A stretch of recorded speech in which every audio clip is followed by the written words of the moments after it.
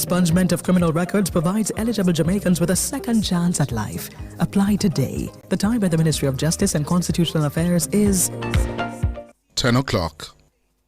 Visit Marshall's Pharmacy, Greater Portmore for all your prescription needs, gifts, personal care, household and stationery items. The temperature by Marshall's Pharmacy, Greater Portmore is... It's 28 degrees Celsius in capital city Kingston, 28 in Montego Bay.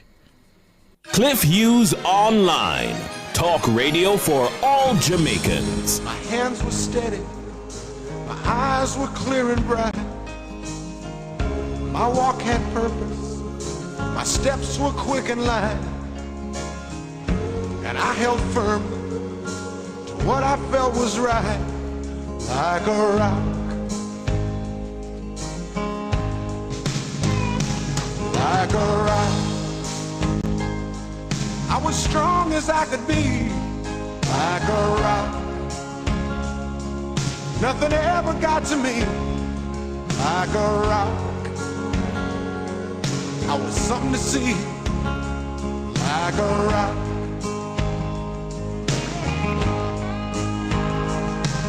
And I stood arrow straight, unencumbered by the weight of all these hustlers and their schemes.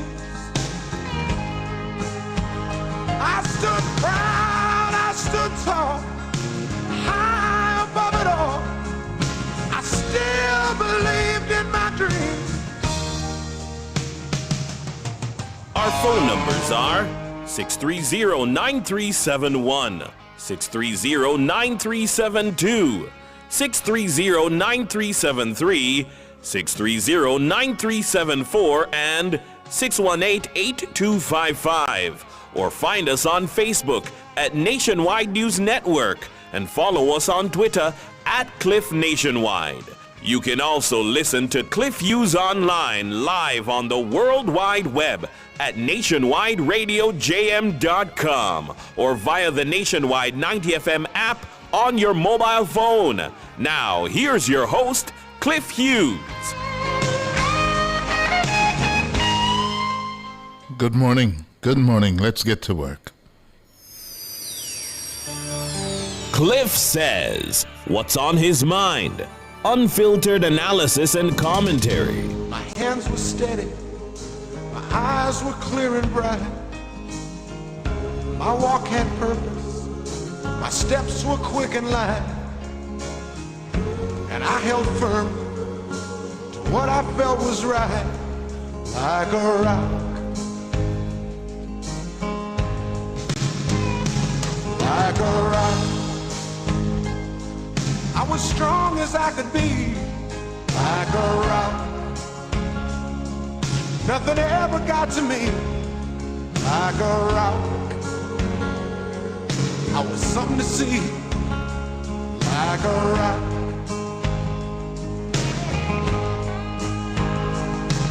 And I stood arrow straight, unencumbered by the weight of all these hustlers and their schemes.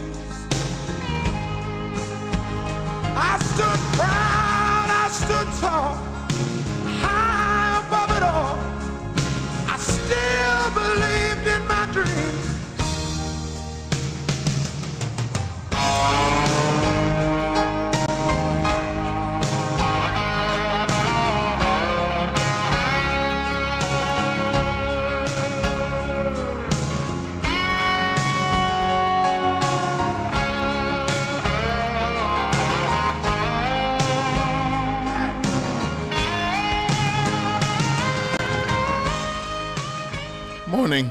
Morning.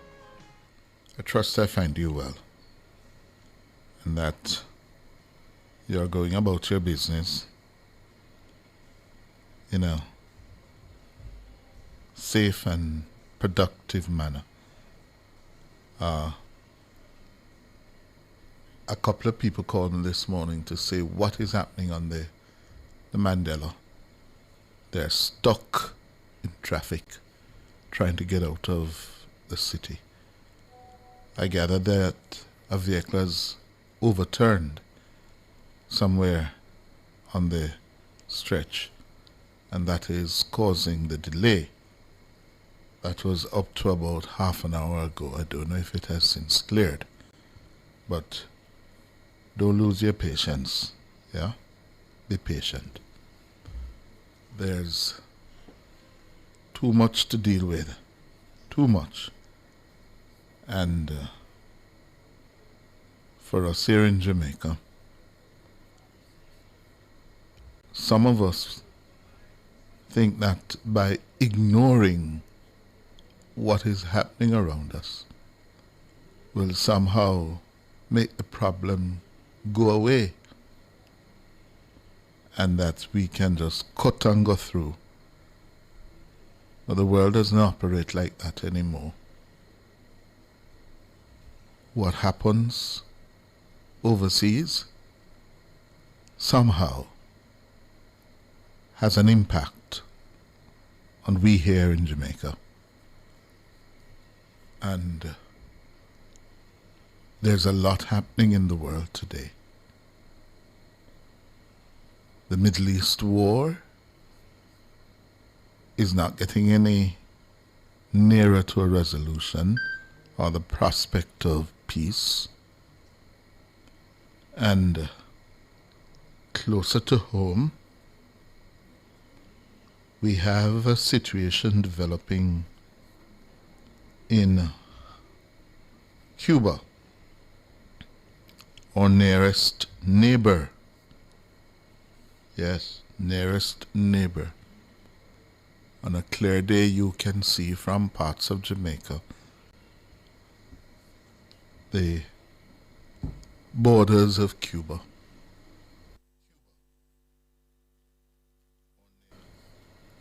And what happens there is of concern to us, and depending on how the situation unfolds in Cuba, will impact Jamaica. And in the United States this morning, several media outlets and in Britain too are reporting that the President of the United States of America, Donald Trump, has made it known that he has told Cuban officials that their president, President Miguel Diaz-Canel, has to go. Has to go. I saw a news clip last evening with Mr. Trump declaring that he could very well, he wants Cuba. He could take Cuba and do whatever he wants to do with Cuba. Yeah. I'm not a Cuban. I'm a Jamaican. But when I heard him say that, it riled me, because this convicted criminal, Donald Trump, who is the president for the time being of the United States, is demonstrating once again that he's nothing more than a thug, a bully.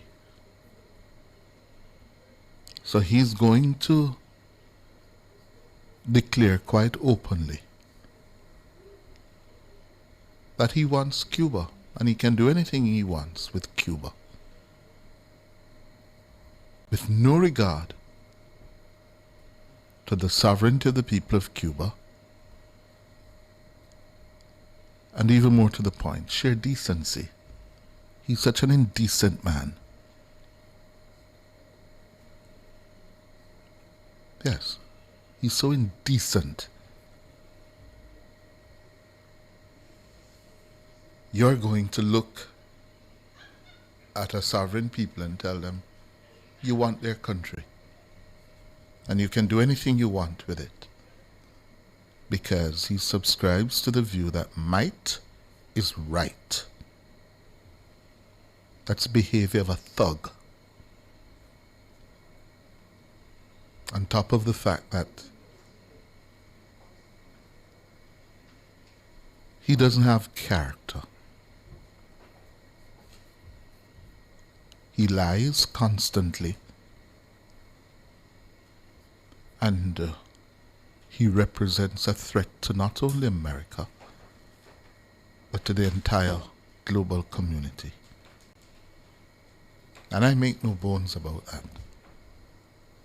Yes? Bullies can only be defeated in one way. You have to stand up to them. And he's a bully and a thug and a convicted felon.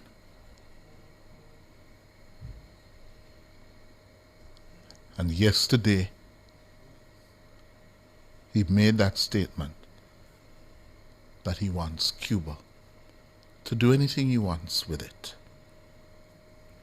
No regard for the people of Cuba and their own aspirations, like he has done with other countries. He now wants Cuba. Here is more in this report from Siobhan Campbell. Donald Trump spoke to reporters at the White House on Monday, telling them he expects to have the honor of taking Cuba. His comment came on the same day a U.S.-imposed oil blockade on the island plunged the country into darkness under a total power blackout. Trump's comments about his clear intention to be the U.S. president to forcibly remove Cuba's head of government from office was reported by the New York Times, Reuters, the AFP, along with The Guardian in the United Kingdom. In his exchange with reporters at the White House, Trump claimed that he could do anything I want with Cuba, even as negotiations continue between Washington and Havana about easing the oil blockade. Trump continued, whether I free it, take it, think I could do anything I want with it. You want to know the truth? They're a very weakened nation right now. Shortly after he spoke, the New York Times reported that U.S. officials told Cuba to remove President Miguel Diaz-Canel from power during recent talks. Toppling Diaz-Canel from power would eliminate a key figurehead while leaving in place the repressive communist regime which has run Cuba for almost 7 decades.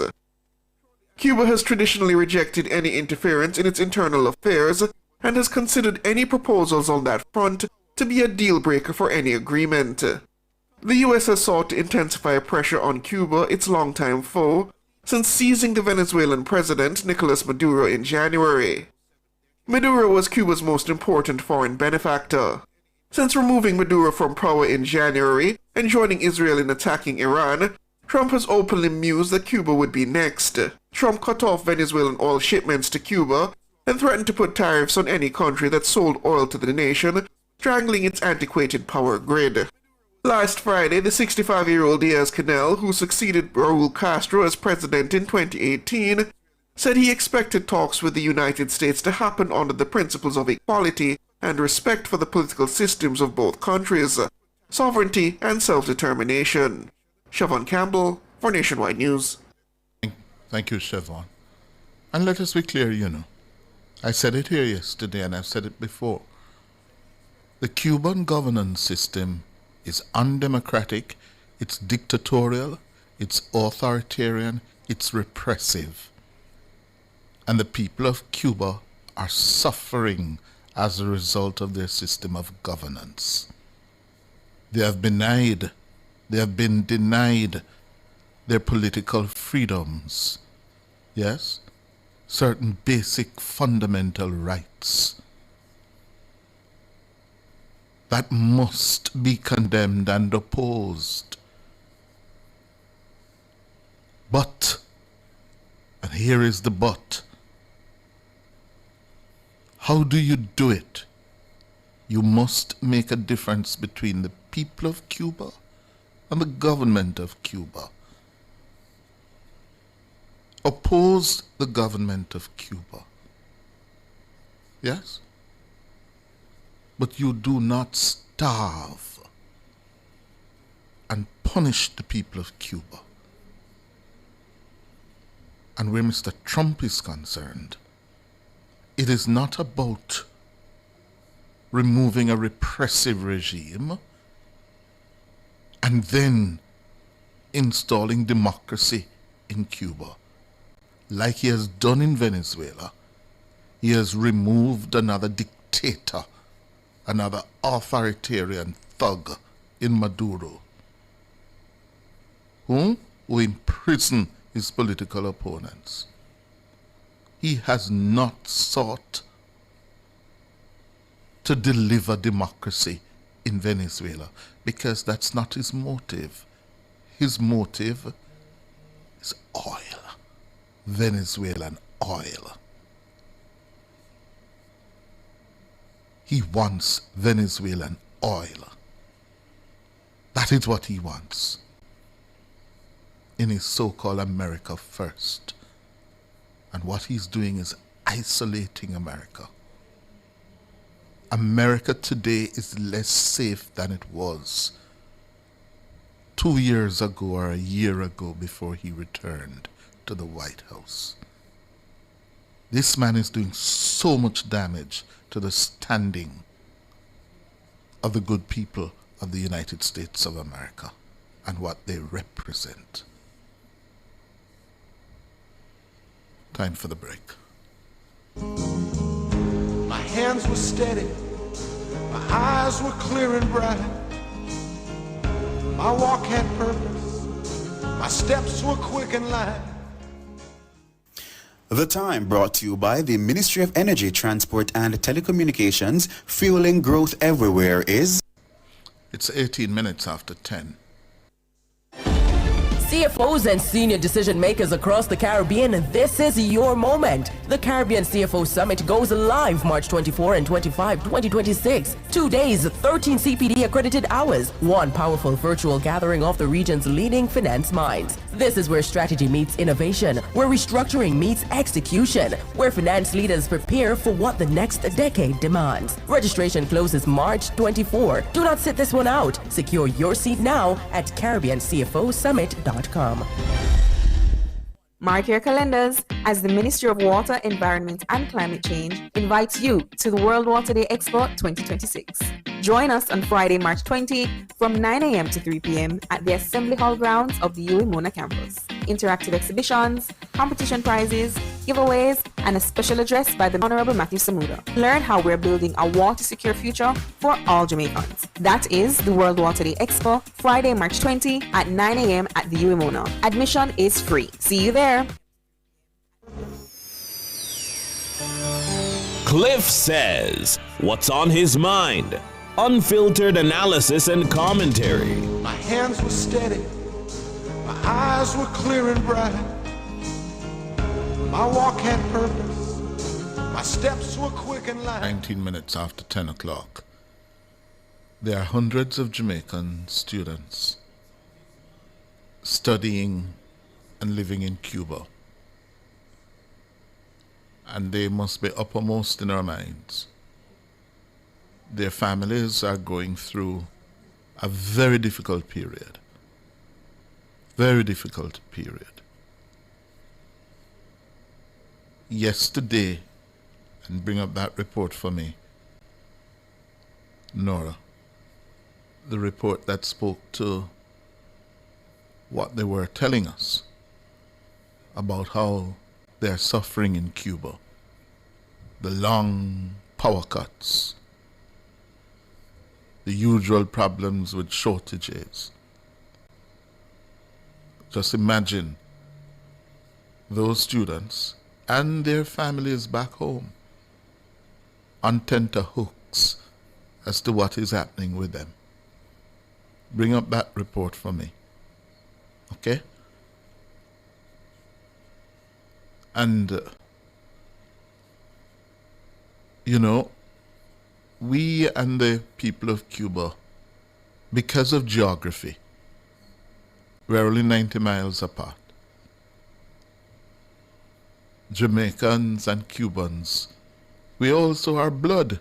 A lot of Jamaicans have families who went to Cuba, worked in Cuba, started families in Cuba. There are Jamaicans who now have relatives, families living in Cuba, uncles, fathers, whomever. So because of geography, yes, and fraternal relations, the Cuban people have been very good to Jamaica. The Cuban professionals who come here and offer health care. So one has got to make a distinction between the Cuban people and their repressive, dictatorial, undemocratic system of governance, which we do not support and subscribe to. We don't.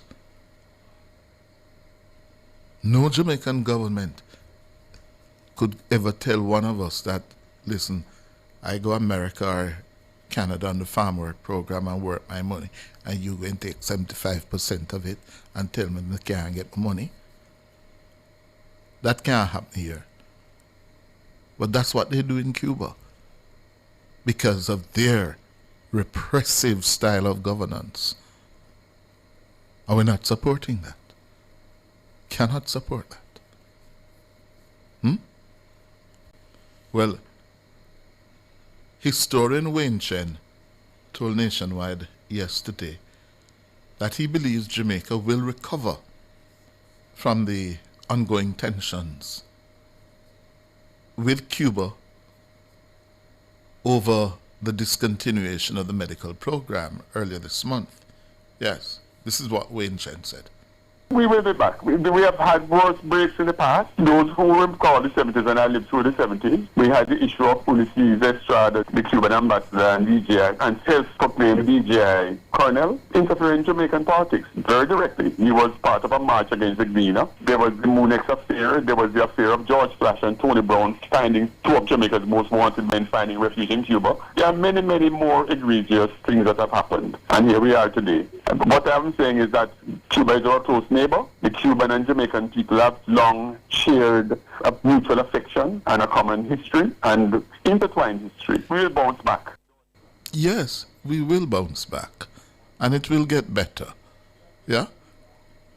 Wayne is very correct. There was that turbulent period of the 70s when the Cuban ambassador and staff here took active sides in the political war in Jamaica at the time. Yes, the Cubans were supporting the PNP and the Americans were supporting the JLP, and we were caught as a small island in a war between communism and capitalism. Yeah, the Americans were supporting Edward Seaga and the Labour Party, and the Cubans were supporting Michael Manley and the PNP. Both sides armed Jamaicans. Yes, armed Jamaicans, gangs, thugs, PNP gunmen and JLP gunmen were at each other's throat. Yeah? And George Flash and Tony Brown from East Kingston, two criminals, yeah, took refuge, got safe haven in Cuba, and that caused a problem. There was also as you heard Wayne say, the Moonex affair, yeah, and all of that was happening while we were virtually in a civil war in Jamaica. Many of you youngsters don't know that. We were in a civil war between January 1980 and the election day on October 30, 1980. 10 months of war. PNP and JLP were fighting it out. Yes? And they got outside help. Guns, ammunition, money. Because we were just a proxy in that war.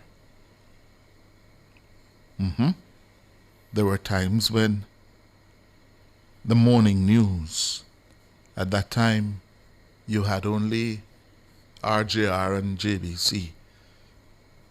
And you get up in the morning and you listen to the 6 o'clock news. And it would begin. Good morning. This is the news. 7 people were shot and killed last night in political violence in Lower St. Andrew and West Central St. Andrew. Lower St. Andrew was southern and southwest St. Andrew. Lower St. Andrew was West Central St. Andrew. Yeah? Political violence, gunmen firing on communities. Communities were barricaded. And that went on for the better part of the year 1980. I remember at the time, Michael Manley, the Prime Minister then, declaring, was it the January in the New Year speech or later it was, that the country was going to have general elections in that year because the level of instability, the level of crime and political violence were such that we could fall apart at any moment. And I remember when Manley announced that we were going to have general elections, that eased the tension in the country because there were some people who were fearful that we would not. And it was going to just worsen even further. But what that did, while easing the fears, what it did was to mark the unofficial start of the longest election campaign in Jamaica's modern history. Because it meant that both parties were now told, get ready, because we're going to go to the polls that year. As it turned out, Manley made the announcement either sometime in January 1980 or February 1980, and the elections were not held until October 30, 1980. Guns blazed. Yeah? And the Cubans were part of this. The Americans were part of this. The CIA was very active in Jamaica. Very active. So we have been there. We have been there. And we don't want to go back there. Now, talking about Cuba. If it was not enough, yesterday morning Nora read for you a communique from the Cuban government that warned that the country's electricity system was on the brink of collapse. But it collapsed yesterday after Nora read that piece to you. The entire island was plunged into darkness because the entire grid collapsed. They just didn't have the fuel to keep the system going. Can you imagine? Can you imagine? We hear that everywhere in Jamaica is a national blackout. A blackout. Again, history teaches us there was a time in Jamaica when we were having problems with the supply of electricity. And the JPS used to publish in the newspapers every morning the areas that would be without power for 3-4 hours a day. They used to call it load shedding, meaning shed some of the demand You couldn't satisfy the demand for electricity. So there were blocks, areas, certain communities who were told that, all right, everything south of Torrington Bridge between 9 o'clock and midday would be without power. If you are north of Torrington Bridge, the crossroads, you would lose power between 12 and 3. And what that did was to help individuals, business people, to plan. Okay, so we won't have no light. We won't have no power, no electricity between these hours. And that was load shedding. Thankfully, that is now behind us. When we lose power now, it's usually some extraordinary or unusual event. Well, just imagine the people of Cuba now. The people of Cuba now, yesterday, no power. Everything blackout. That was yesterday. And this morning, they experienced a magnitude 5.8 earthquake. Now you tell me. Them going through a hard time. Rough time. According to the U.S. Geological Survey, the quake hit this morning 7 miles southwest of the port of Maisi shortly after midnight, but there were no reports of damage. So you have blackout, then you have earthquake. And as we hear in this report from Mahira Stewart, the Jamaicans living there are suffering. The student who spoke with our news center asked that her name be withheld.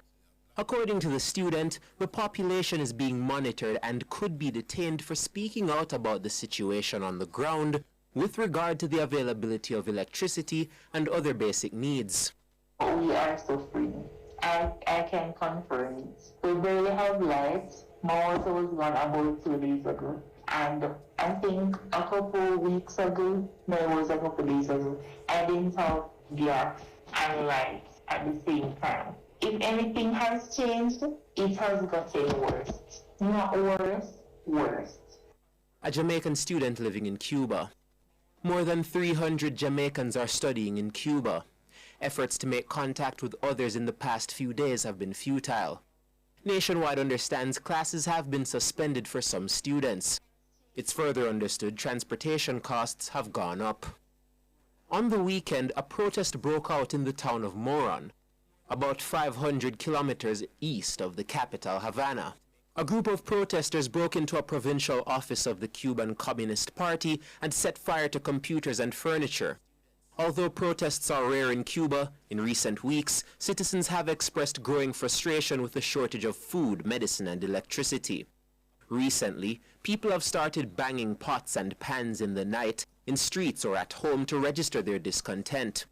In response to frequent rolling blackouts lasting for up to 15 hours a day, Cuban President Miguel Diaz-Canel says no petroleum shipments have arrived in Cuba in the past 3 months.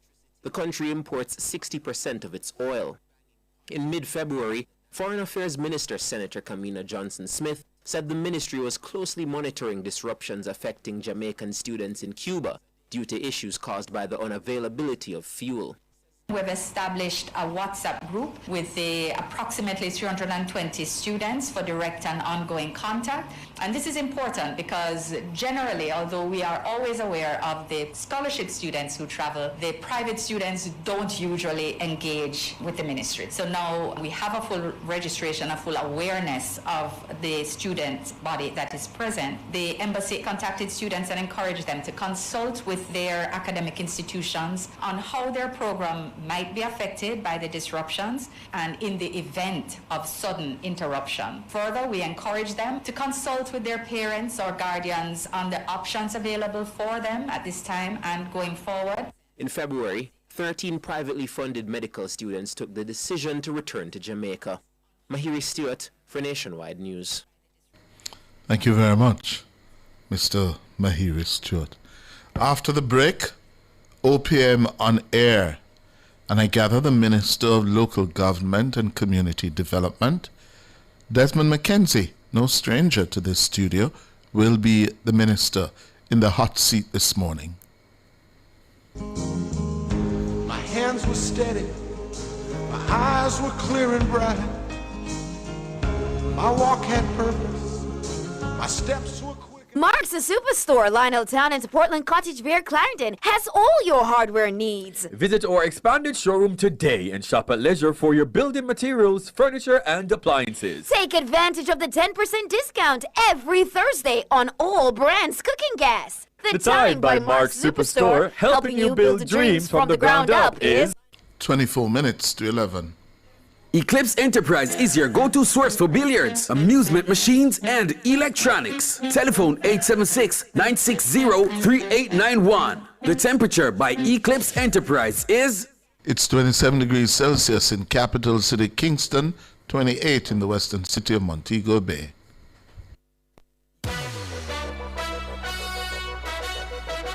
Over a month ago, we invited you to be a part of something special, something different. And you know what? Over 500 of you said, all right, we're in. That means over 500 of you decided to move from just being a listener to being a part of the family. The Nationwide Family Club isn't just an idea anymore. It's real, it's growing, and it feels good. And because family looks out for family, for the entire month of March, we're doing something extra. Every single week, one family club member will win a $25,000 supermarket voucher. That's 4 winners, 4 weeks, 4 real chances. Because when you stick with us, we believe you should feel it. Loyalty shouldn't be just be appreciated, it should feel rewarded. The Nationwide Family Club is where you, our listeners, come closer. Not just hearing the stories, but seeing how they're made. Not just listening to the voices, but connecting with the people behind them. In the Family Club, you get early access to documentaries, exclusive content on air, member-only conversations, birthday shout-outs, breaking news alerts, and depending on your tier, studio experiences and private live streams. That's not just regular radio, that's family access. This isn't just a subscription, it's connection, it's community, it's saying, I support what you do, and I want to be closer to it. More content, more interactions, more behind the scenes, and no, more chances to win. And if you've been watching from the sidelines, we've been saving a seat for you. Join today. Be a part of the first 1,000 family members. And this March, you could be one of 4 people walking away with a $25,000 supermarket voucher. Go to patreon.com/Nationwide News Network. The Nationwide Family Club. Closer than radio, stronger than ever, and growing with you, our family. The following is brought to you by the Office of the Prime Minister. Tune in to OPM On Air every Tuesday from 10:30 a.m. to 11:30 a.m. on Cliff Hughes Online. Each week, government ministers engage directly with the public, answering questions, addressing concerns, and sharing important national updates. OPM On Air, your voice, your government, your conversation. The proceeding was brought to you by the Office of the Prime Minister. Cliff Hughes Online. Talk radio for all Jamaicans. My hands were steady, my eyes were clear and bright. My walk had purpose, my steps were quick and light. And I held firm to what I felt was right, like a rock. 20 minutes going up to 11. And welcome to OPM On Air. It's the third program in the series. It started 3 weeks ago with Minister Andrew Wheatley. He was followed by Pernell Charles, the Labour and Social Security Minister. And this week, we have in the House the Minister of Local Government and Community Development, Desmond McKenzie.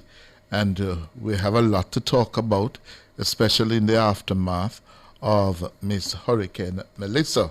Good morning, Minister McKenzie. Morning, Cliff, and good morning to your viewers and your listeners, and it's a pleasure to be here with you. You're on familiar ground. Right, yes, but this section of the studio is out of reach to me. I occupy over that side. Yes, over there. Right. Mm-hmm. What is happening with you and George and Tom? I don't know. I am being assaulted almost on a daily basis, Monday to Friday. Yes. I mean... you need to report to me. Well, I am dealing with it, and I'm going to be responding Sunday again, this time in a different way. Oh, I see. I'm going to extend the lesson on Sunday. Oh, but we should not entertain assault here. Well, it is good assault. Okay. It's good assault. I'm relieved to hear that. The fund is good. Okay. The fund is good. All right. Now, post-hurricane recovery, Melissa, yes? How that is going from your perspective at the Ministry of Local Government? Well, first of all, let me say that the response in terms of the areas of responsibilities that we have been dealing with it effectively. If you ask me what would be one of the not so glamorous part of it, it would have been a number of shelters that sprung up without being a part of the established list of shelters. But we have been able to significantly reduce the number from the almost 6,000 odd Jamaicans that gravitated to shelters during the passage of the hurricane. We are probably down now to under 200 persons in shelters. And the greatest number of those persons are 16 families in Petersfield, in Westmoreland. That's Petersfield High School? Right, high school, which they presently occupied a building that was damaged by the hurricane that is not being used. By the school? By the school. And they are far away. They have no interaction on a daily basis with the normal school. As a matter of fact, we had provided sort of protection to fence them off from the normal school. So it's a big campus? Right, so it's there a can big be school. some distance Right, yeah.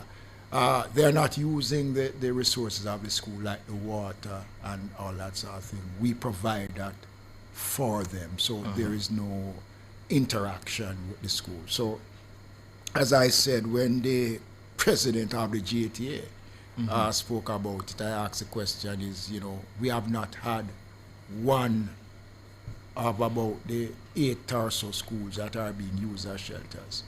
We have not had one report of any incident, any confrontation, any dislocation at the schools. So we are actually working now. As a matter of fact, the numbers in the shelters are going down because almost on a daily basis, some persons now have gone back to their normal way, and we have now started the construction of the units to replace those people in Westmoreland, especially in Petersfield, whose home has been totally destroyed. So we're actually getting there. But and just before you leave the JTA president, Mr. Malava has accused you and the government of being derelict because Melissa happened 4-5 months ago now? October, November, December, January, February, March, almost 6 months ago. And he says you have been derelict and irresponsible and putting the education sector at risk. Yeah? Cliff, I would ask him to substantiate those allegations. Be specific as to what is it he's talking about.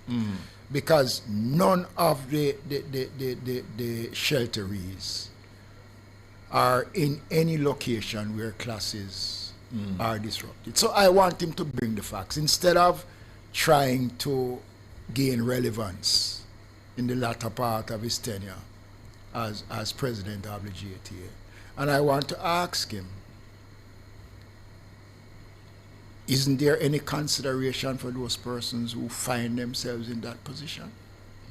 You know, and it is not, it, for me, it is not a discussion that I think we should be having as a country. Because it is the responsibility of government to provide for persons who have been affected by Melissa. And we have been providing for these persons. And the fact is that we can't put these people out on the road. We have to put them in some place where, after we have concluded all that is required, to place them there, and that is what we're doing. Okay, they are in the schools. Just tell me an incident where the shelterees are responsible for disruption of classes, where any problems. All right. What is taking you 6 months and more to find a temporary alternative housing shelter for them? Well, we are building now with Food for the Poor 50 units in Petersfield. We just got in some of the prefabricated homes that just came in over the weekend. And we will be meeting, as a matter of fact, the discussions have already started with Minister Montague and the ministry as to the location of these units. We have been providing a source of support for close to 120 shelterees by paying rent for them, keeping them in Westmoreland. Right, yes, right across the country. Oh. So Cliff, there is not an issue about the length of time, Chris. Cliff. Melissa came and Melissa was devastating. So it is not something that we're going to just be able overnight to put up something. We're putting in infrastructure, light, sewage, water on the lands that we have gotten from the sugar holding company. Yeah. And the work have started, Cliff. So I am not going So to be these saying Food for the Poor units, yes, 50 of them, 50. Yeah, are going to be all in Petersfield or No, other those 50 units are going to be in Petersfield because the greatest number of needs in terms of housing for shelterees is between Westmoreland and a little in St. Elizabeth, with a greater portion in Westmoreland. So what we're going to be doing is taking the persons outside of the Petersfield shelter and other shelters in Westmoreland into that Petersfield location. And when is the timeline you have been given for it to be completed? We're looking at the end of April because it's 50 units. We have already put down the foundation and Food for the Poor is presently on the location. We ran into some little roadblock with the MCs, and that have been sorted out. But I want to give the country assurance, Cliff, that despite Melissa might have happened 5-6 months ago, there has been no dislocation of the education system in any of the schools that was used or being presently used as shelters. None at all. In terms of solid waste management now, you're having a serious backlog in clearing the solid waste. Yeah, there were about 218 truckloads of backlog of garbage. They have been able, since the last time I spoke on it, they have been able to reduce those numbers significantly. They are down now to probably 190 odd truckloads. And they are working. They are working right across the country. Plus the question of the waste, the hurricane waste, that is also an issue that they have been working with. And I want to commend them because they have been doing a good job, Cliff. Despite the challenges that they face, Cliff, they have been managing, Cliff, and they have been working. They have been doing the job. How much waste did Melissa leave? But at one stage, we were talking over hundreds of truckloads, thousands of truckloads. Yeah. And what they have been doing so far, we have been working to clear the areas, using sites to stockpile and then move it to various locations. And it's going to take us quite a while to deal with the debris management because of Melissa.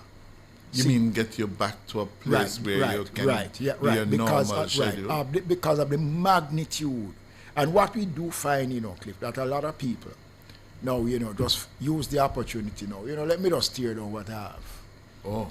To put up something. So every day you go out, you find more stuff being deposited out there, Cliff.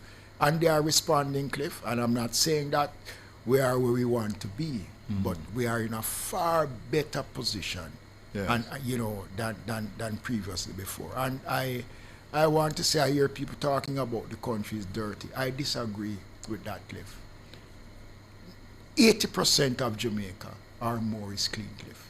You have areas where there's a concentration of that kind of breakdown. And even in inner city communities, you find you're going to some inner city communities, it's clean, Cliff. So it's not that there is a lack of. And again, Cliff, what is important in this, Cliff, is that it cannot be just the responsibility of solid waste alone. Persons have to take personal responsibility. Travel waste is a major problem in this country, Cliff. Travel waste. You're driving behind a car. And you let them fling out So something. I am putting the country on notice that the Litter Act, the new litter fines, is almost at a stage where we are ready to table it. But you're not going to enforce that. No, Minister. Cliff, and I want to tell you. Tell me after the break. We're up on the break. Stay with us. This is OPM on air. The minister is Minister of Local Government and Community Development. We go on until about 11:35 this morning with him. Please, if you have a question, a query for him, you know the numbers to call us. 876-630-937124 or 618-6730. Make a note of the questions you want to put to Minister Mackenzie. Stay with us. My hands were steady, my eyes were clear and bright. My walk had purpose. Fill all your prescriptions, get cosmetics and other pharmaceutical items at Mannings Hill Pharmacy, located at 34A Mannings Hill Road, Kingston. Telephone 924-6280. At Mannings Hill Pharmacy, they stock all the hard-to-get medication. The time by Mannings Hill Pharmacy is... It's 7 minutes to 11. Nationwide 90 FM. 90 FM. Food, climate, education, innovation. The solutions start here. On March 26, 2026, it's Research Day at the College of Agriculture, Science and Education. Discover cutting-edge research, interactive exhibits, and powerful presentations shaping Jamaica's future. Be there, be inspired, be part of what's next. Applications for September 2026 are now open. Call 876-418-4152 or visit case.edu.jm. Case, creating opportunities for growth. 90 FM. 90 FM. Remember the first time, the first glance, the first touch. This Easter weekend, rediscover that feeling at Couples Resorts. Escape to a couples-only all-inclusive paradise with gourmet dine-in, premium cocktails, and unforgettable ocean views, all included. Jamaican residents can celebrate your Easter escape with exclusive rates from $405 USD per night, valid through April 30th. Visit couples.com/residents. Couples Resorts, like the first time, every time. If you have financial needs, Chris and Charles will fix them for you. Power in great moments since 1992. Oh, we have it all. Power in great moments. Relax, you got Chris and Charles. Oh, we have it all. When you think loans, think Chris and Charles.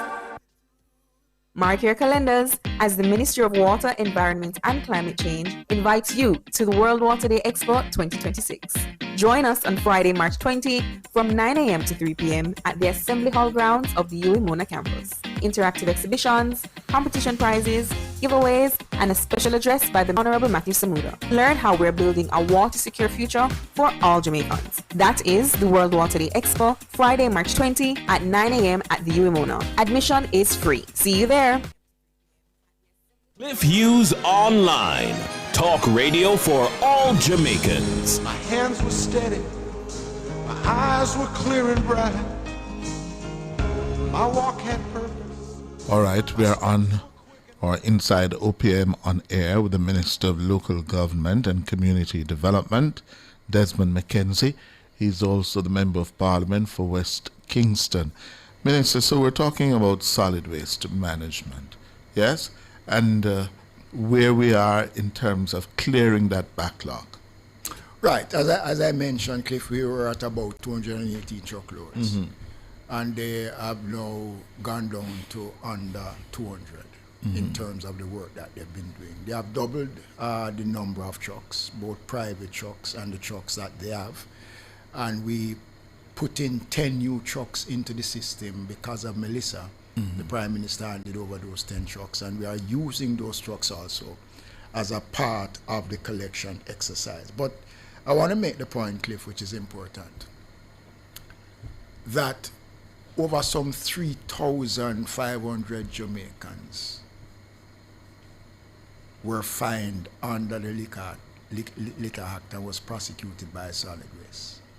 Over what period of time? Over in the last financial year. Okay, Cliff? So they are out there, they are enforcing, especially around commercial garbage, which is a major problem. So they are enforcing, Cliff. But Cliff, we are going to be embarking with solid waste on a massive public relations program. We started the Pass the Broom initiative last year, and it's been working in some communities, and we're going to be expanding that because we don't want people to say that they are ignorant of what the law is. But Cliff, we also have to take personal responsibilities as to how we dispose of our garbage, Cliff. You pass some of the gullies and you see what is in the gully, Cliff. Now, for God's sake, it is not a solid waste that has caused that, Cliff. Yeah. That's solid waste that have caused that. And one of the things about solid waste is that the administration is accessible to the public. But is it because some people say we do not have enough receptacles in communities, in strategic areas for people to deposit their garbage? Cliff, there is a sweeping program that takes place on almost all major roads in the country, both in the corporate area and in rural Jamaica, where you have people who sweep the street, Cliff. Yeah, right? You see the that. Street, right, Cliff. So Cliff, we're not in a position where we could blanket the country with that kind of activity, Cliff. So what we have done is to strategically set the programs in a way. What we're working to do, what Solid Waste is working to do now, is to increase the collections to some communities, probably twice a day in some areas where the load is excess. So they are working on that, Cliff. So, Cliff, I want to be blunt. There can be no excuse. But let me say this, Cliff. If you give every community in Jamaica a garbage truck, if the minds of the people don't change, Cliff, it still don't matter. I've seen instances where the garbage truck is here collecting the garbage now, and by the time you go up the road and come back, it's as if the truck... How do you change that? How do you fix that? Cliff, it has to be a culture, Cliff. One has to appreciate their values. You live in your community. Do you want to live in a community that is not looking good, Cliff? So it is about personal responsibilities. And greater enforcement. Well, Cliff, and again, Cliff, also greater enforcement, Cliff. But over 3,000 Jamaicans have gone before the courts or have paid their litter fines, Cliff. We're still having it. You have persons who just take it upon themselves. We're not just talking about litter, Cliff. If you look at the state of our roads where the garage operators, the used car dealers, the municipal corporations have been told that they need to exercise some level of control over what is happening, especially in sections of the corporate area. Yes. It is not just for the ministries, the local government has that responsibility. But the general cleanliness of the country, Cliff, is high on the agenda of the government. And remember, we're going to be divesting the whole garbage collection and using that, turn it into energy. We are far down the wicket with those plans, Cliff. Oh, how far down the wicket? Very far down the wicket, because we've been talking about this for more than 20 years. No. Well, we have been talking about this since 2017, 2018. Yeah, we're going to turn, for example, the Riverton landfill. Right, yes. So we we have have waste already the energy. Right. So we have already identified locations across the country for relocation of Riverton City landfill and all that sort of thing. So we had a briefing with Prime Minister about a month ago from the bank. You know, so Cliff, we are working on that, Cliff, and I intend to. When will we ever see that, Cliff? This administration have set its sights on doing things that has never happened before. And when I speak in the sectorial debate, I will have a lot more to say on this aspect of it. Yes. By the way, in the Standing Finance Committee meeting recently, I see where the opposition spokesman in health told you that you were to go home. And he has since apologized. Yes. Have you accepted the apology? He called me and he spoke with me prior to it, and I accepted. Cliff, let me say, it was unfortunate what he did. My grandson and his son are in the same class at school, and they are best friends. Wow. And my grandson was at his house on Saturday night for a party for his son, Cliff.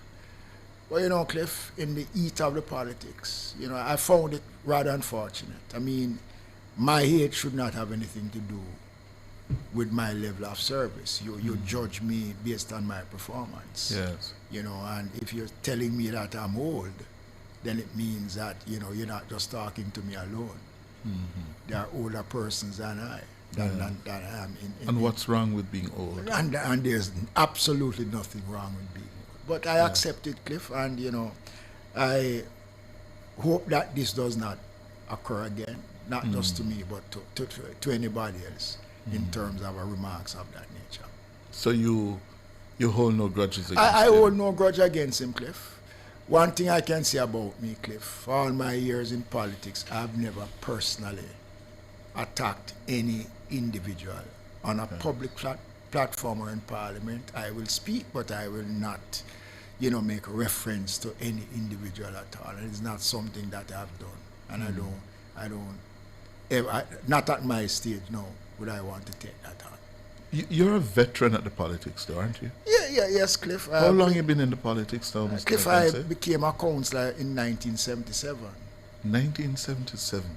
That's 23, almost 50 years ago. Right. I became a councillor in 1977. And I've been around for quite a while. Is this your last term? Well, Cliff, I have not yet reached that stage for that discussion.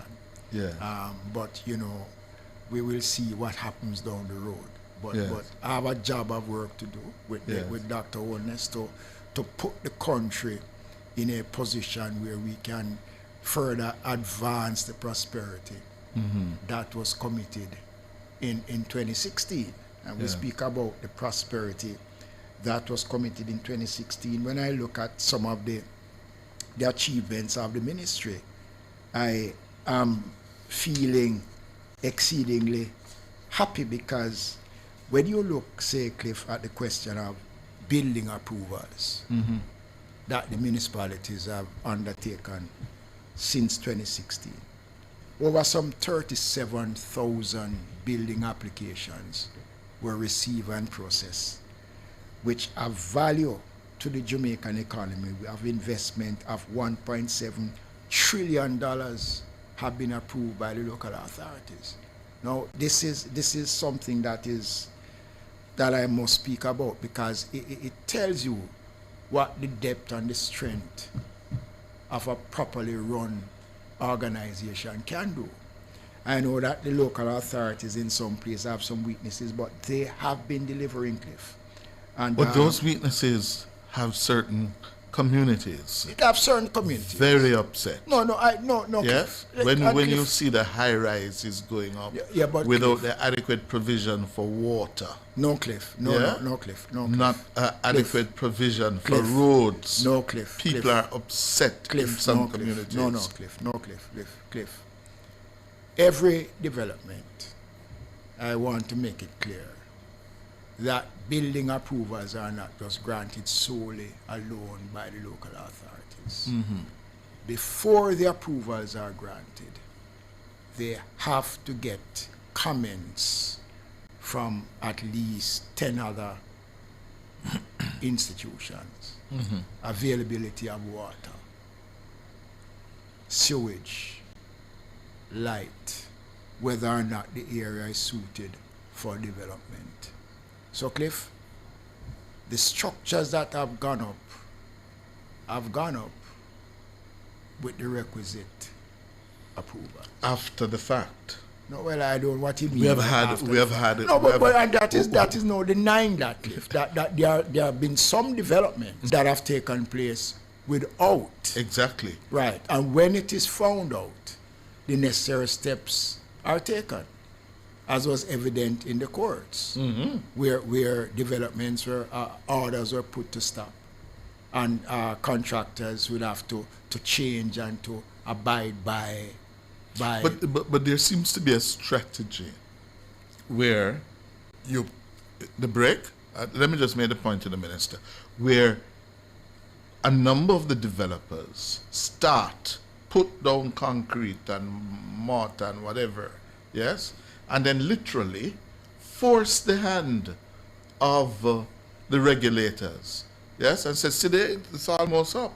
No. I think of the development on Roseberry Drive in Arcadia, yeah?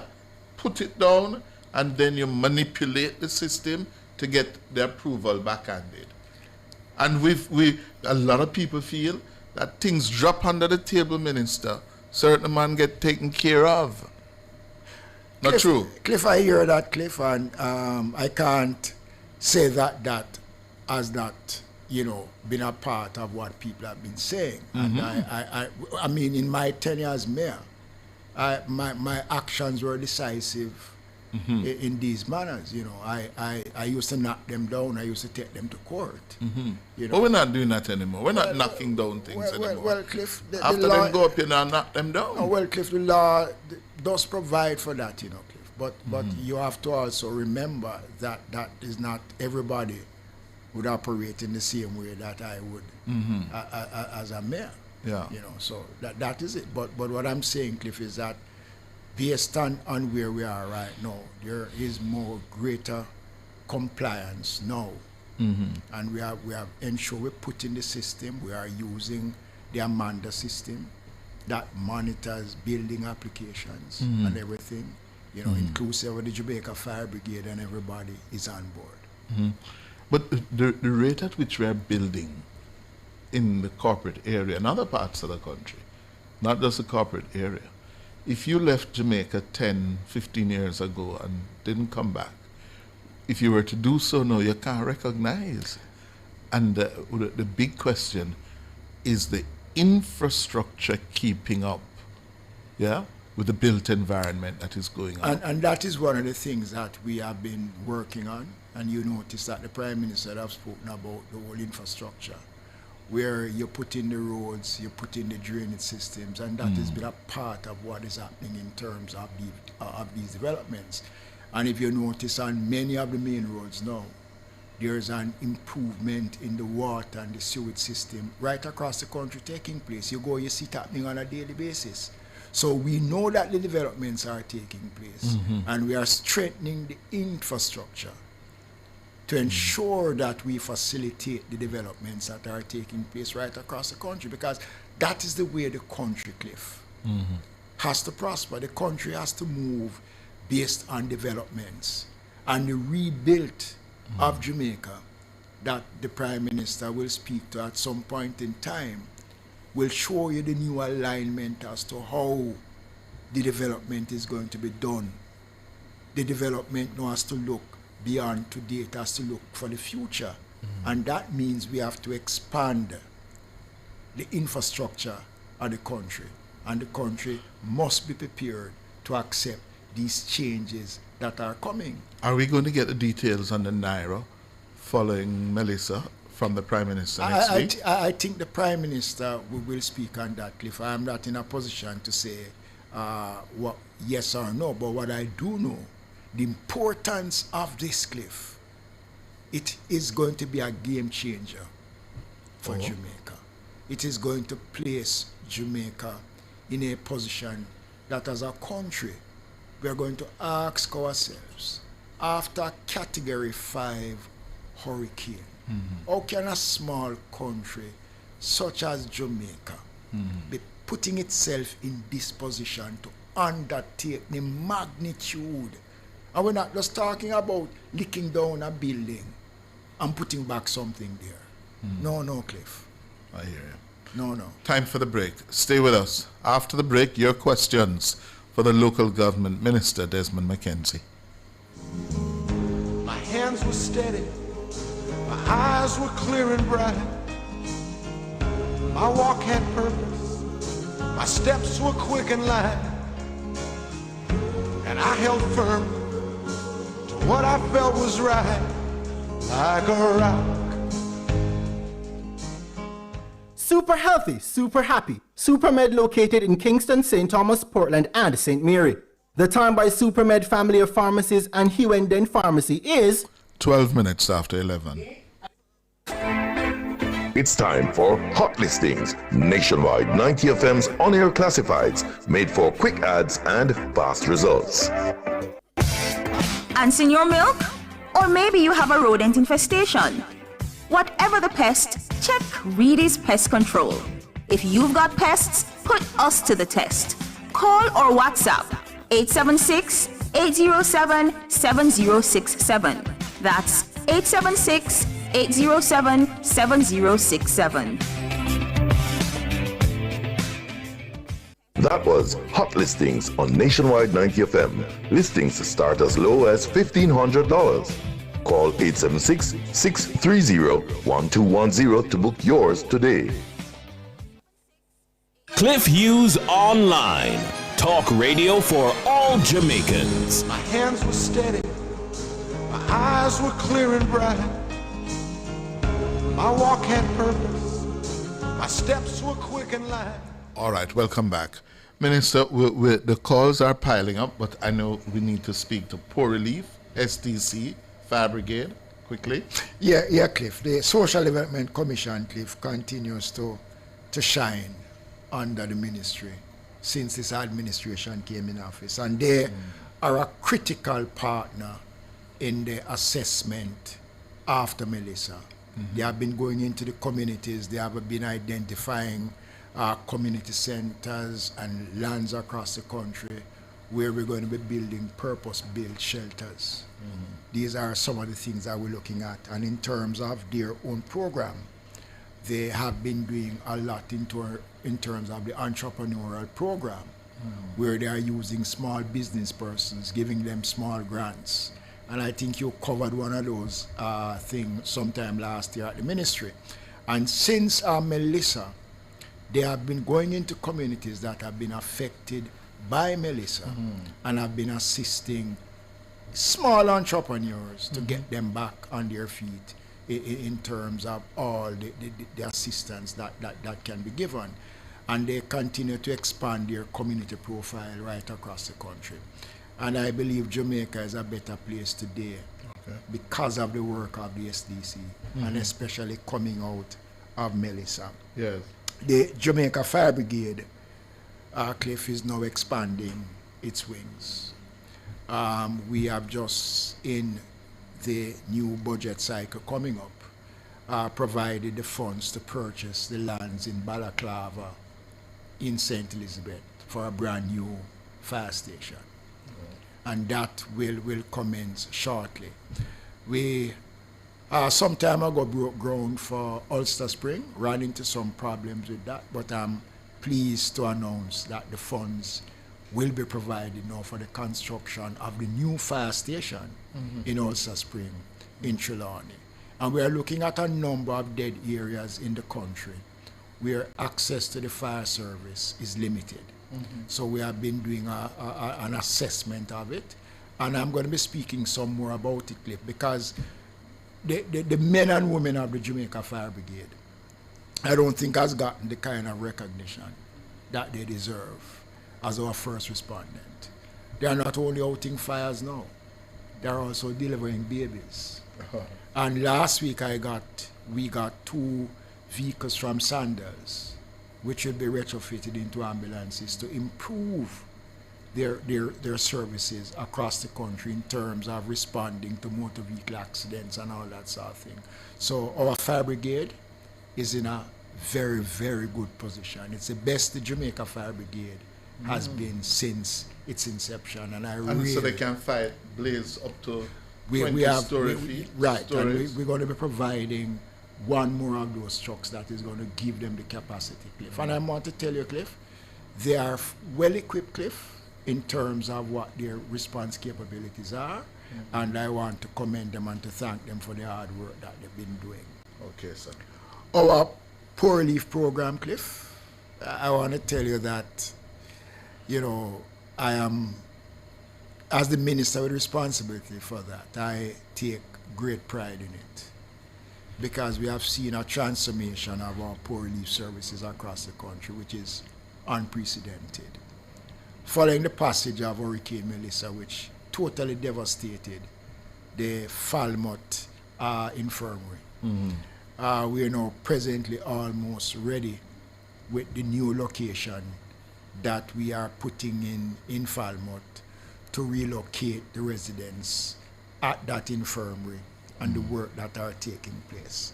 Now, outside of that 200 units that you talk about 30 of those units that came in over the weekend will be provided to our infirmaries for them to put in where there's a need, to also assist with the social cases in the hospitals. So there's an expansive program between the Ministry of Local Government and the Ministry of Economic Growth and Job Creation, which has responsibility for housing, that is going to be improving the stock of the housing for our social cases and to ensure that our infirmaries are in good stead.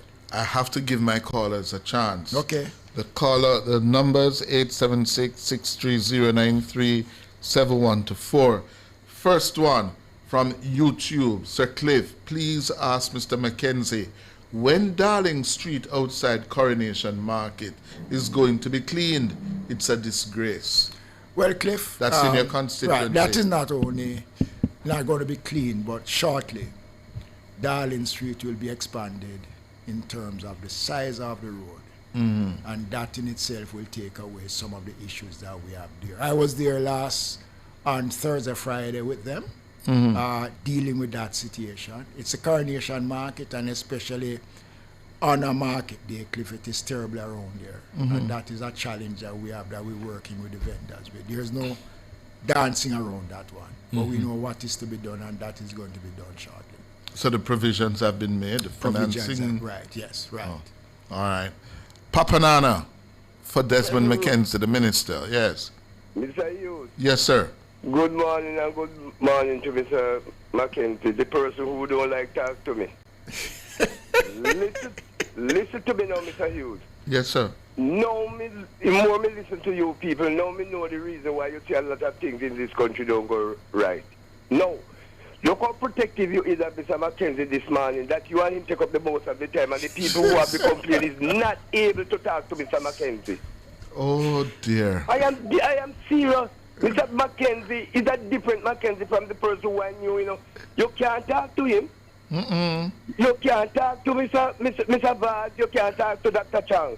Why is it that we, as the small person, don't have a chance to talk to the MP who we select or who we have to be? Why would you say that? Why would you say that? No, but Mr. Mackenzie. No, why would you say that? Sir. I am Papa Nana, sir, and I know you more than 50 years now. And it's not like I try to talk all over this program to get in touch with you, and you have not. Try to get in touch with me? Yes, sir. I don't know of that. Well, talk to him, have him. Go ahead. Well, listen, let me tell you something, please, sir. The reason why you see a lot of the garbage pile up, sir, because you don't spend too many time cleaning the private people and garbage. And as you don't clean it, sir, nasty up back again, there should be a stiffer penalty. There should be a bigger penalty, the little full money where them have to pay, to your quick, then don't you back the place. Yeah, but when you say to clean private people property, the National Solid Waste Management Authority do not have contracts to clean private premises. You might see trucks on the road, and let me make the point that not all the trucks that are garbage trucks on the road are property of the National Solid Waste Management Authority.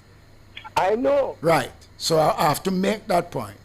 And if there's a contract with private with commercial garbage, the solid waste has that, but the 90% of the work that is done is to collect public garbage and not private garbage, sir. Yeah, because look on downtown zone, the business people then they have to clean it up so then they keep it back again. What is the fine? No, sir, and a lot of them have been fined. Significant amount of money have been fined, sir. Right? They have been fined a lot of money.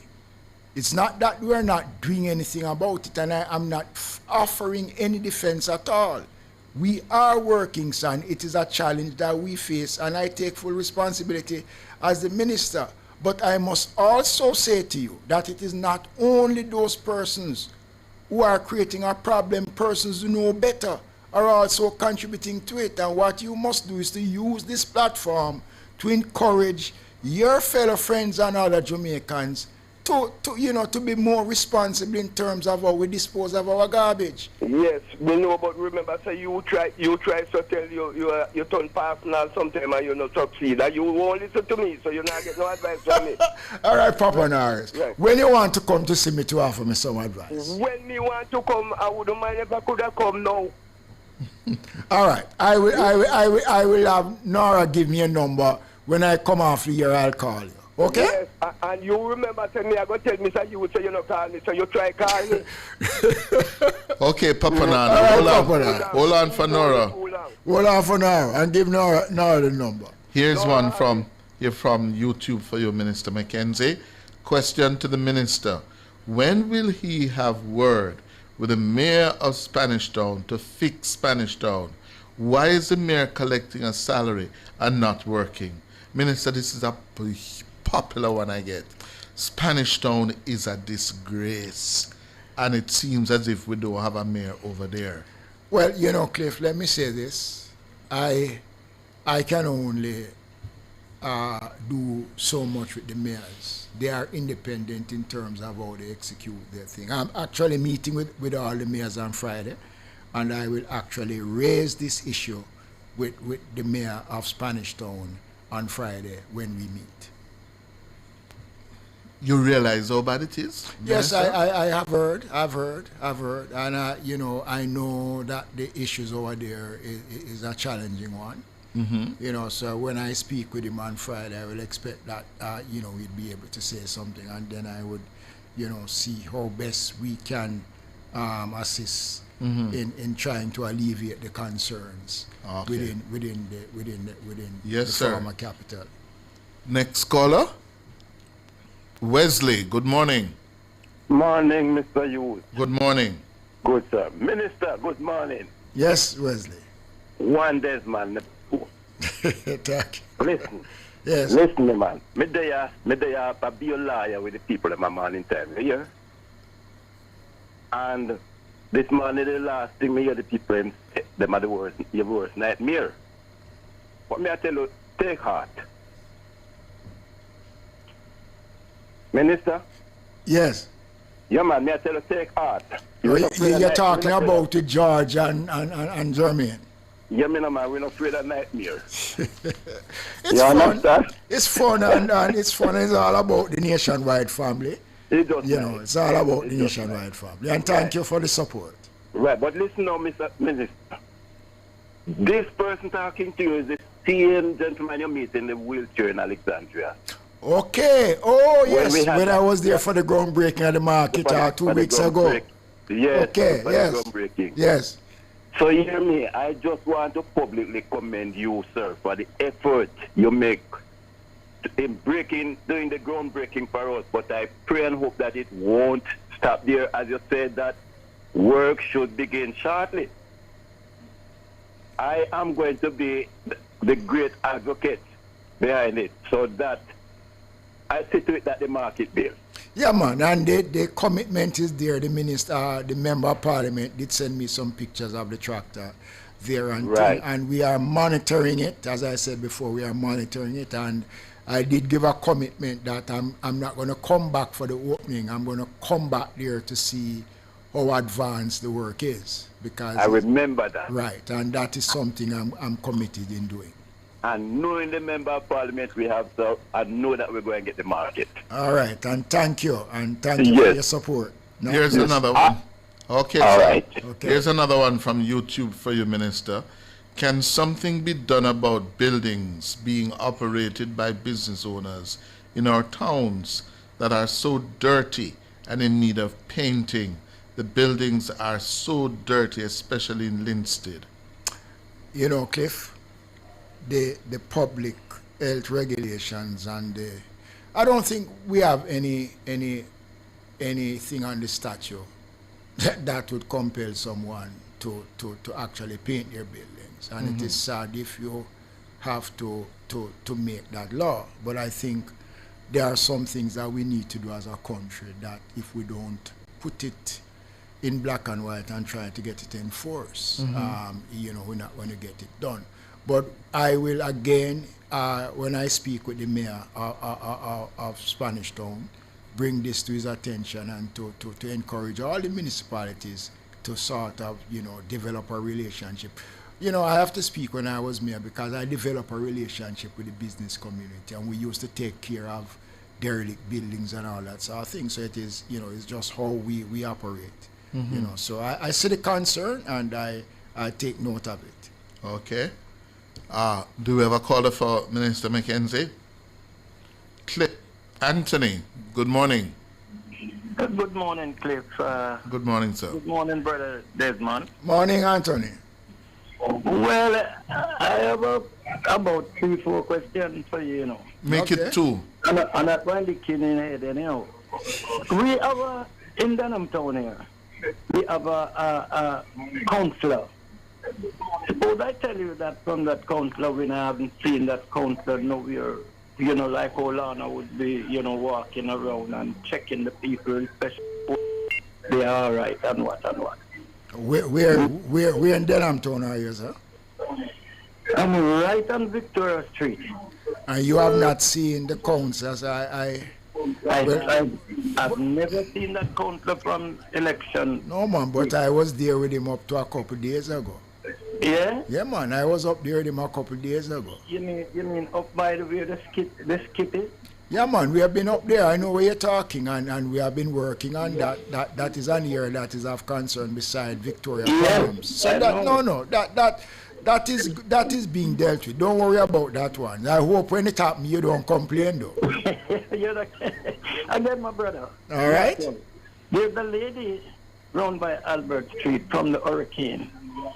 I could see breakdown in her house, and it is there until now. I don't see it move from there, it don't come up, and it's the old lady push a little thing that sell her little juice and thing out on the street. You know? That's 2. Down by the station there, brother Desmond.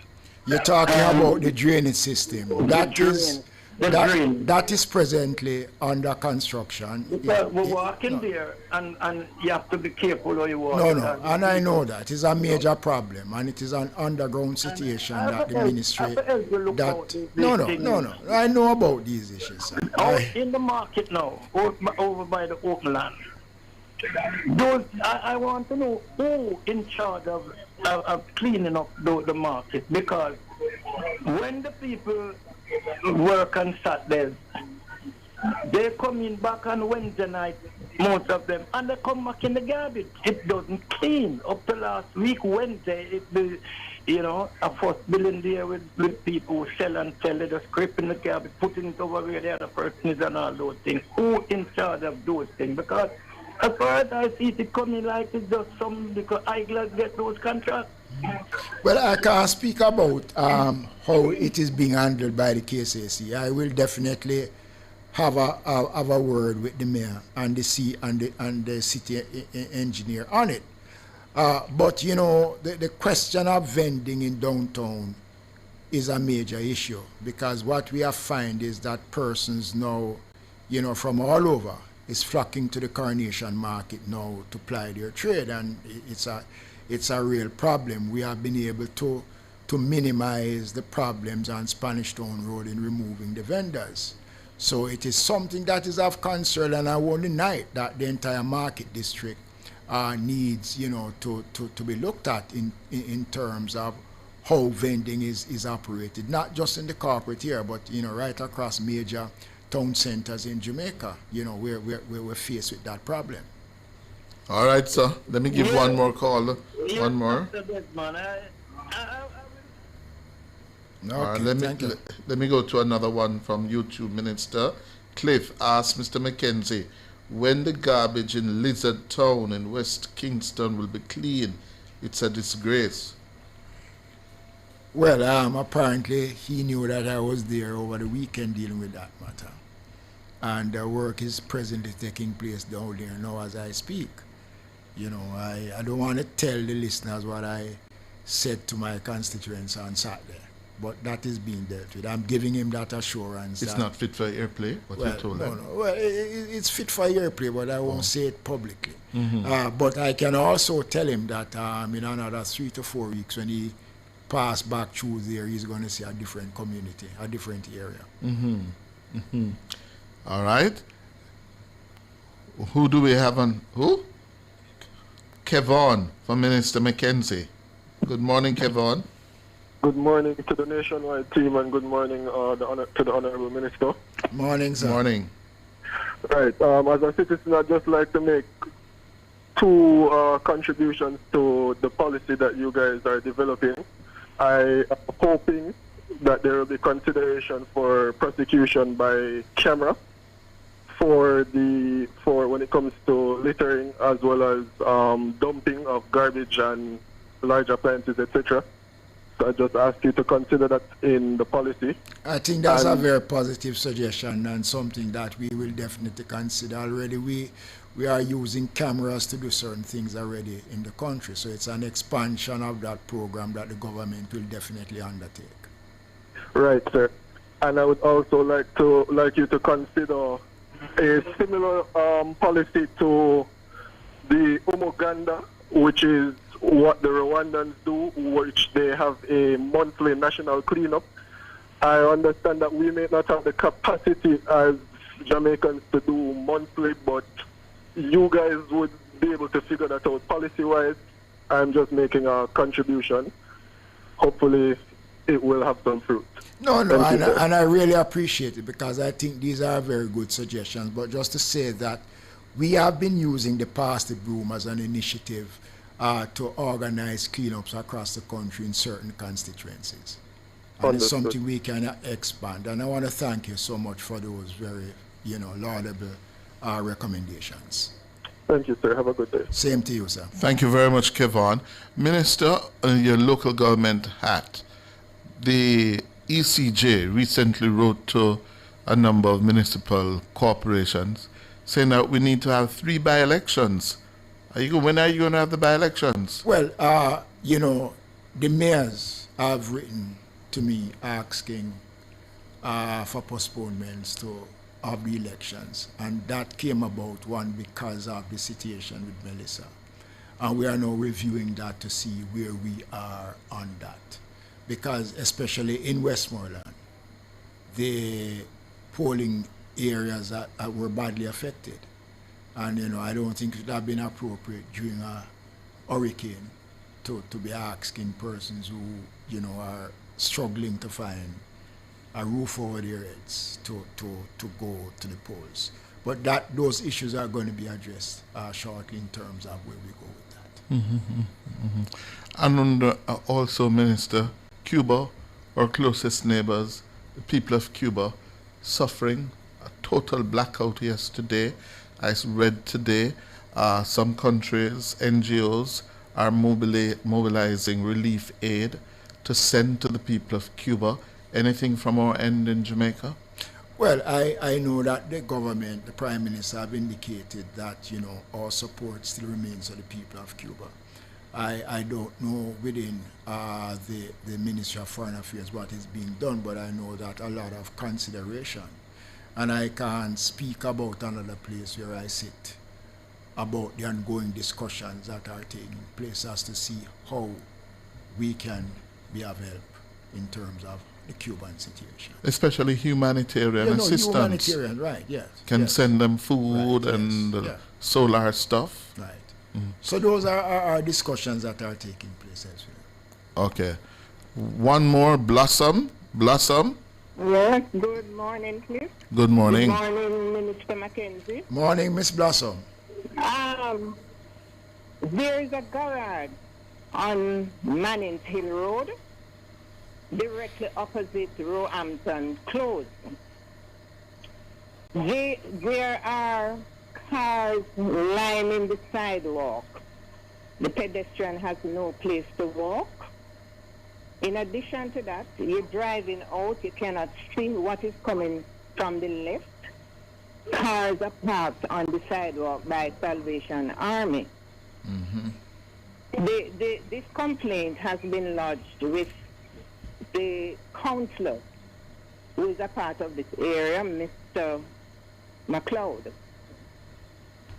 He has written on more than one occasion to KCMC and nothing is done.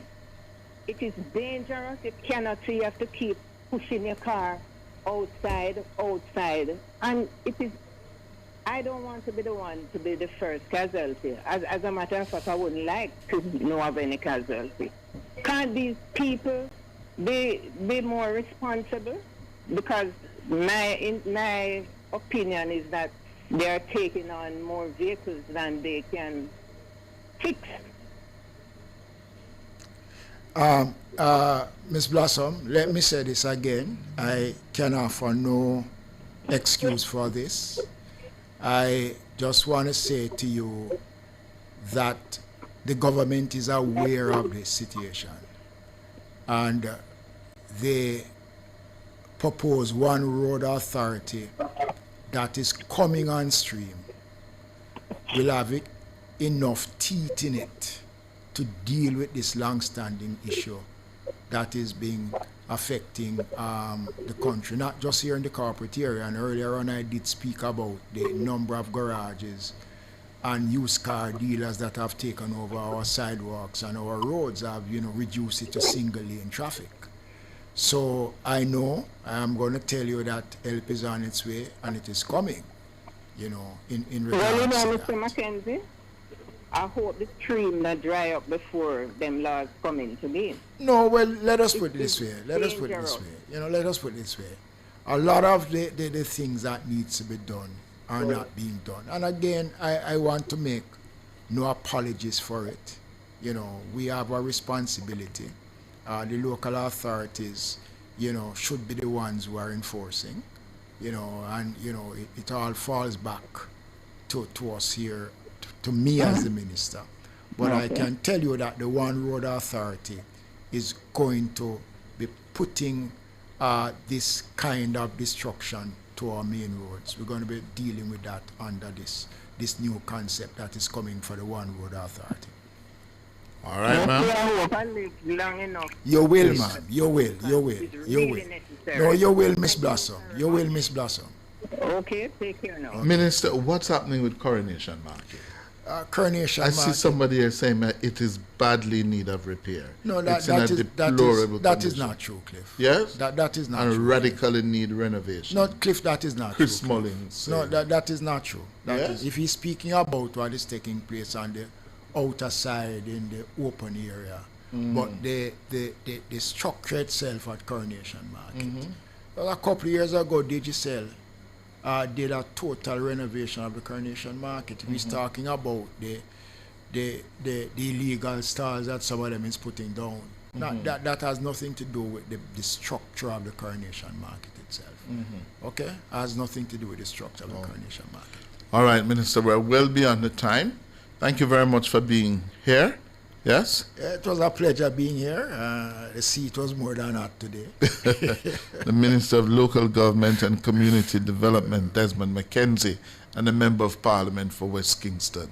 Thank you, Minister. Thank you, and thank you to the listeners and the viewers and the callers. Good.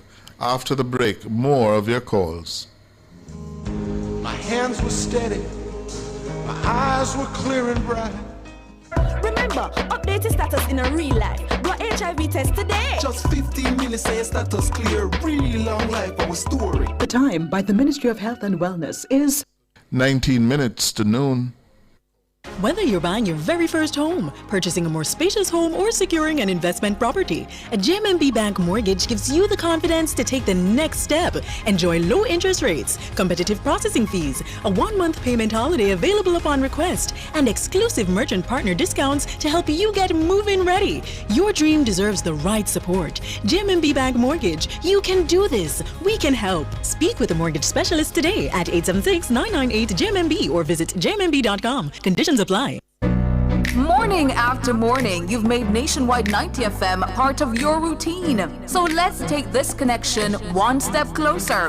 Join the Nationwide 90 FM Family Club and be part of it officially on Patreon. Family.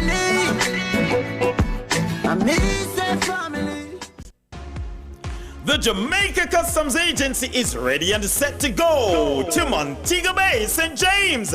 This Friday, March 24, Customs meets the community. The Town of the Community Tour edition. Join us at our first stop, Witter Village at 9:30 a.m. Then on Barnett Street at Consumers Meets Plus.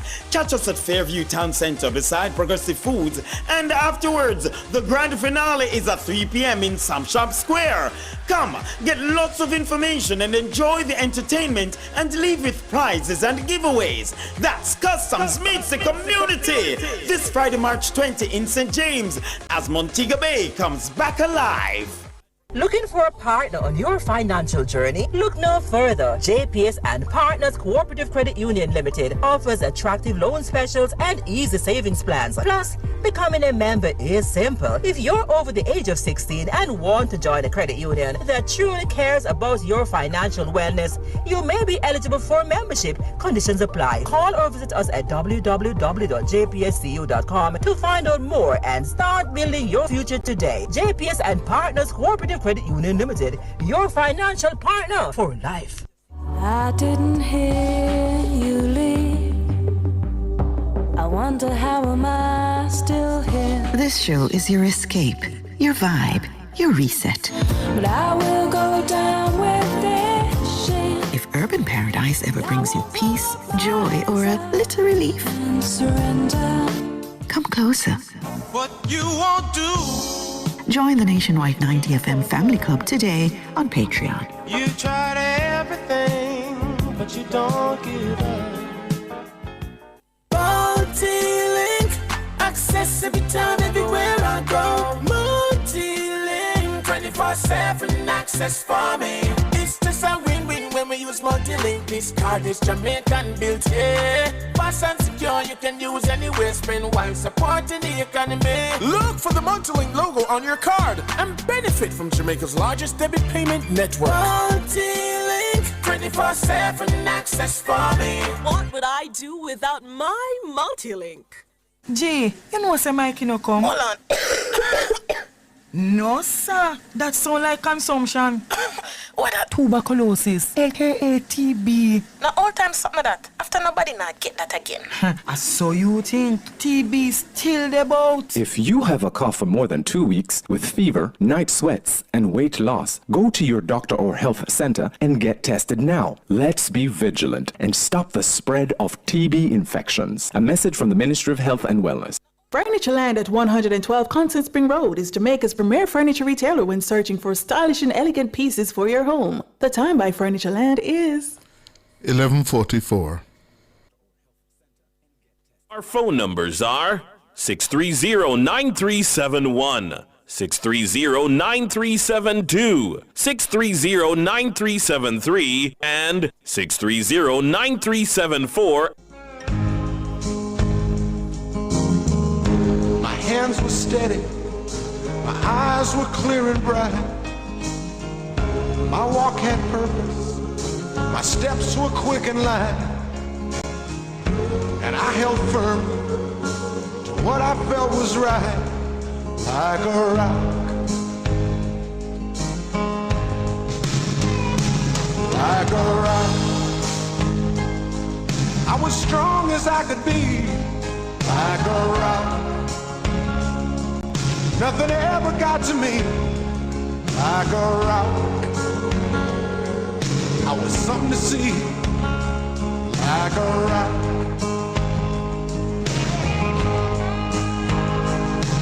And I stood arrow straight, unencumbered by the weight of all these hustlers and their schemes.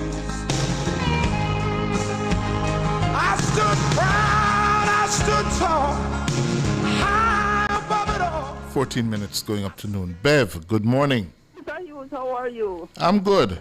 And you? Medea. Yeah. Well, welcome back, because we really pray for you, my darling, and we love you. Thank you very much. Mr. Hughes, Mr. Colonel say, it's become a station, so I listen to everything, and so now the young people, me laugh, tell me cry. Mm-hmm. But, it's just nice. Mr. Colonel say, any problem we have, I must tell you. My brother is 68 years old, and he's living in one place named in St. Anne, Grantsville, and from Melissa blow down your house, you need 3 zinc. Oh, dear. And the Davey, the MP, me call him because we green and I live out watch it. I'm in Utrecht, so Matthew Simura is mine. So, but my brother live on need 3 zinc, and I met because Davey, and he said, "No help him." Around December, I'm not hearing nothing. Where am living? Grantsville, you go Watertown, Linton Park. Grantsville. Yeah. Mm-hmm. And what kind of house he had before? Board house. On a board, but it was black. So it blew down completely and it's freezing. Him alone living there? Yeah, because I'm not opinion in nobody. I'm alone live there. How old is he now? 69. Oh. So has he been registered? Them not, and me have to talk to him because me have to talk to him in a register because JB said he was going to send somebody over there to register them and he not send nobody. And nobody not come look for him to take his details? No, Mr. Hughes. Really, I'm living in Utrecht and I am okay, but he's not okay. All right. I'm going to ask you to give Miss Nora your name and his name, phone number, and any other contact details, and let us pass it on to Minister Charles's team at Ministry of Labour and Social Security. Okay, thank you, my darling, because we don't have no money, because 28, me bury my mother, 2019, my mother, my brother, then 2020, my husband, we just don't have it. So thank you, my darling, thank you, and we love you, sir. We're going to try and pass on the information. I hope they respond. Yes, sir. Thank you. You're welcome. Me not hang on my way for Miss Nora. All right, hold on for her. 11 minutes going up to noon. Fox, good morning. Morning, Daddy Hughes. Good morning. How you do, sir? I'm alive and well. Bless thee, man. Bless thee. Now, Mr. Hughes, I did really want to have a word with Mr. Mackenzie, because I have some friends who used to work at the Ministry of Health doing the vector. Those little people that wear the vest and thing. Mm-hmm. And I'm getting some report that since March of last year, many of them have been laid off without any explanation, and some have been called back. You understand? But be honest with you, Daddy, the word is coming to me that is politics that is involved. Mm-mm. And I really did want to hear Desmond Mackenzie, because some of them are sitting at home, my brother. Where they work? They said they used to work at the Ministry of Health, the vector people. Vector control, meaning they go around and spray the place? Right, and they wear the little vest. I don't know if you normally see them in your hair and a little place there.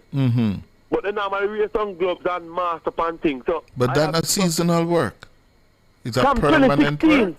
From 2016, they say me, they've been working, you know. Mm-hmm. But, you know, we have a changes in the KSAC, so that is where I am trying to draw your attention to. Oh.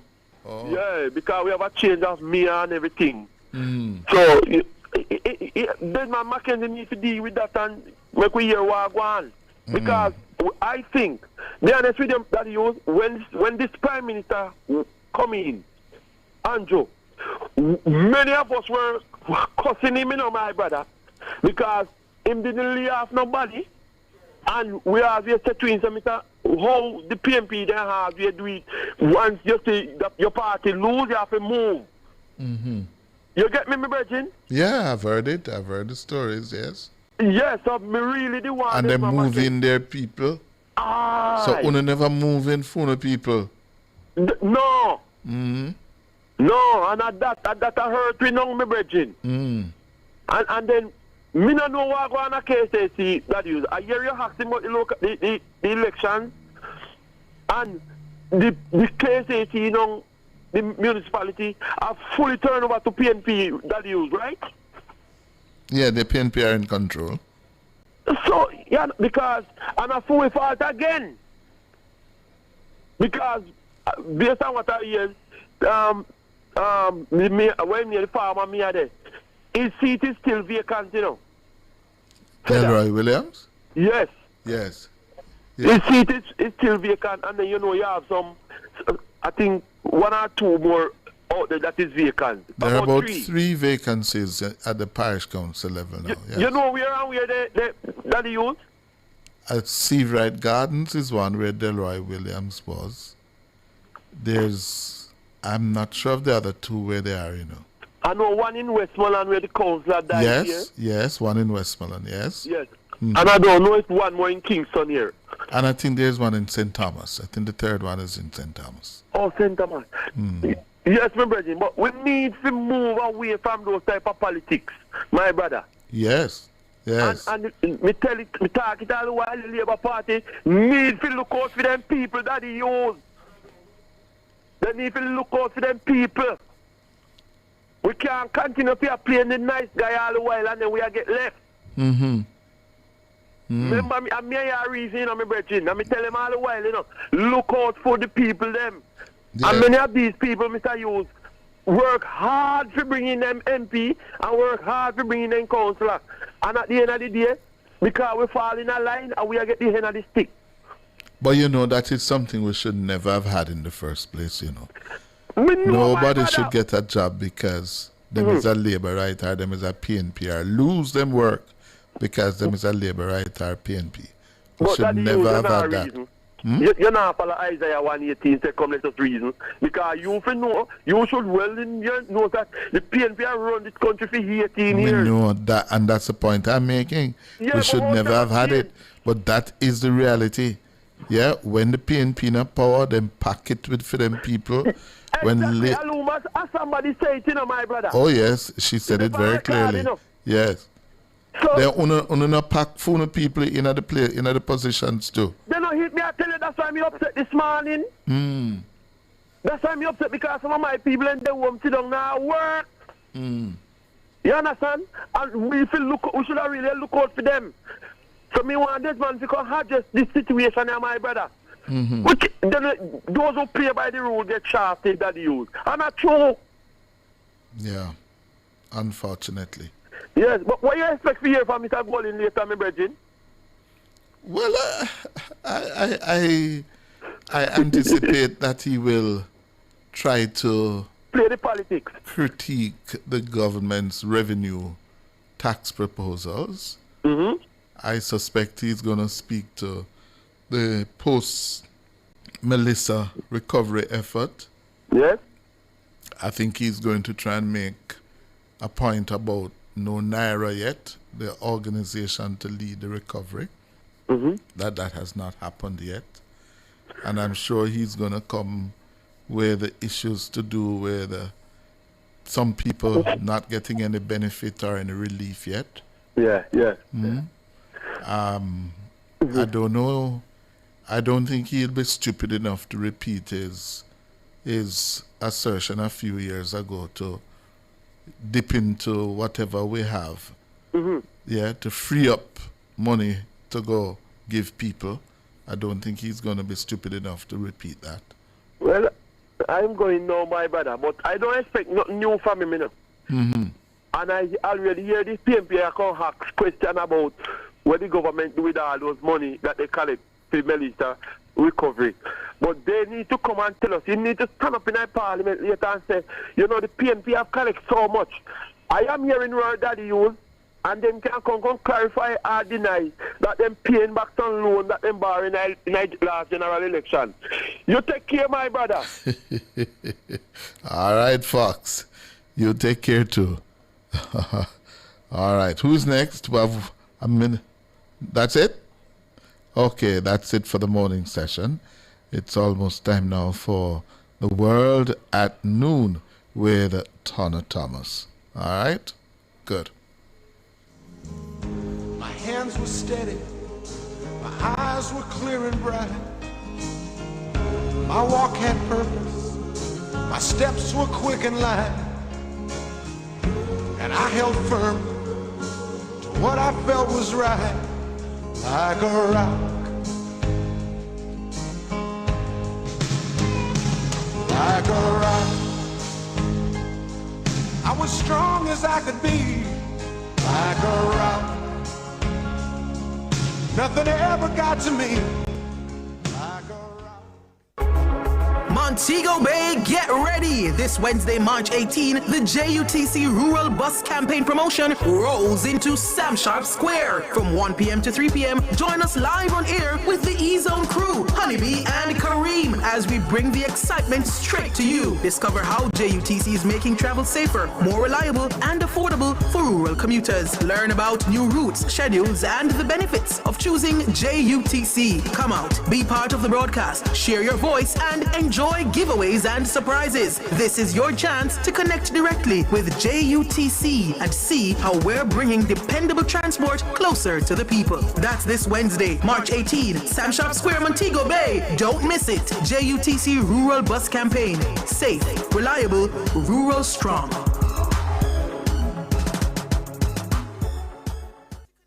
Jamaica! Tune in to Cliff Hughes Online on March 20 from 10 a.m. to 1 p.m. as we broadcast from the University of the West Indies for World Water Day. This year's theme, Inclusivity and Equity, highlights the commitment to ensuring that every Jamaican has access to safe, reliable water. Representatives from Jamaica's major water agencies will be present to answer questions, share valuable information, and help you explore the many possibilities within the water industry. So tune in to Cliff Hughes Online for World Water Day celebration, Inclusivity and Equity.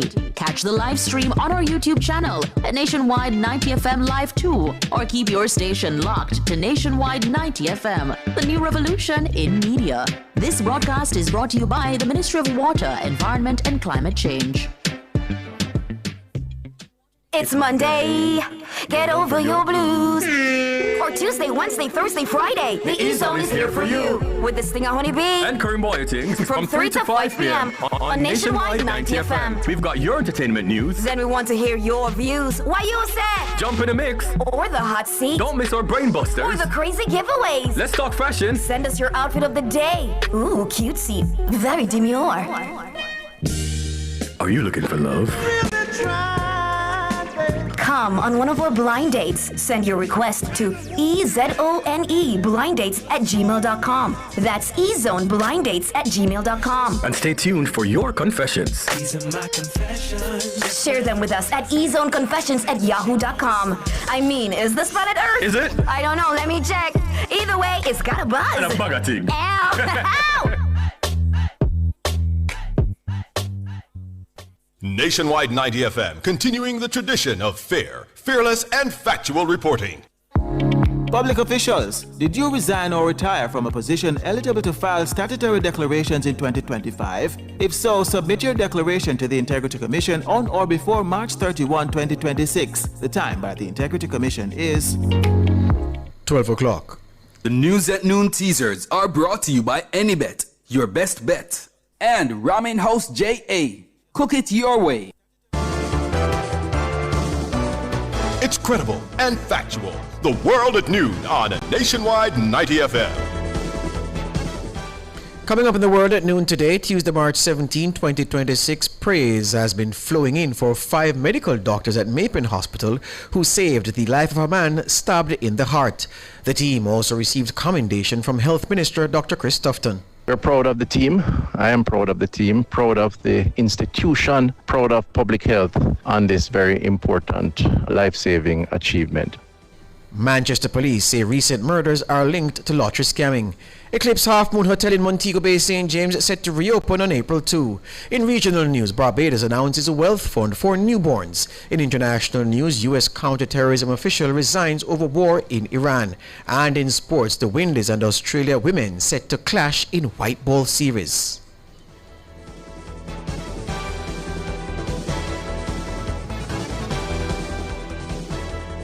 The News at Noon teasers were brought to you by Anybet, your best bet, and Ramen House J.A. Cook it your way. The Midday News is brought to you by Total Tools.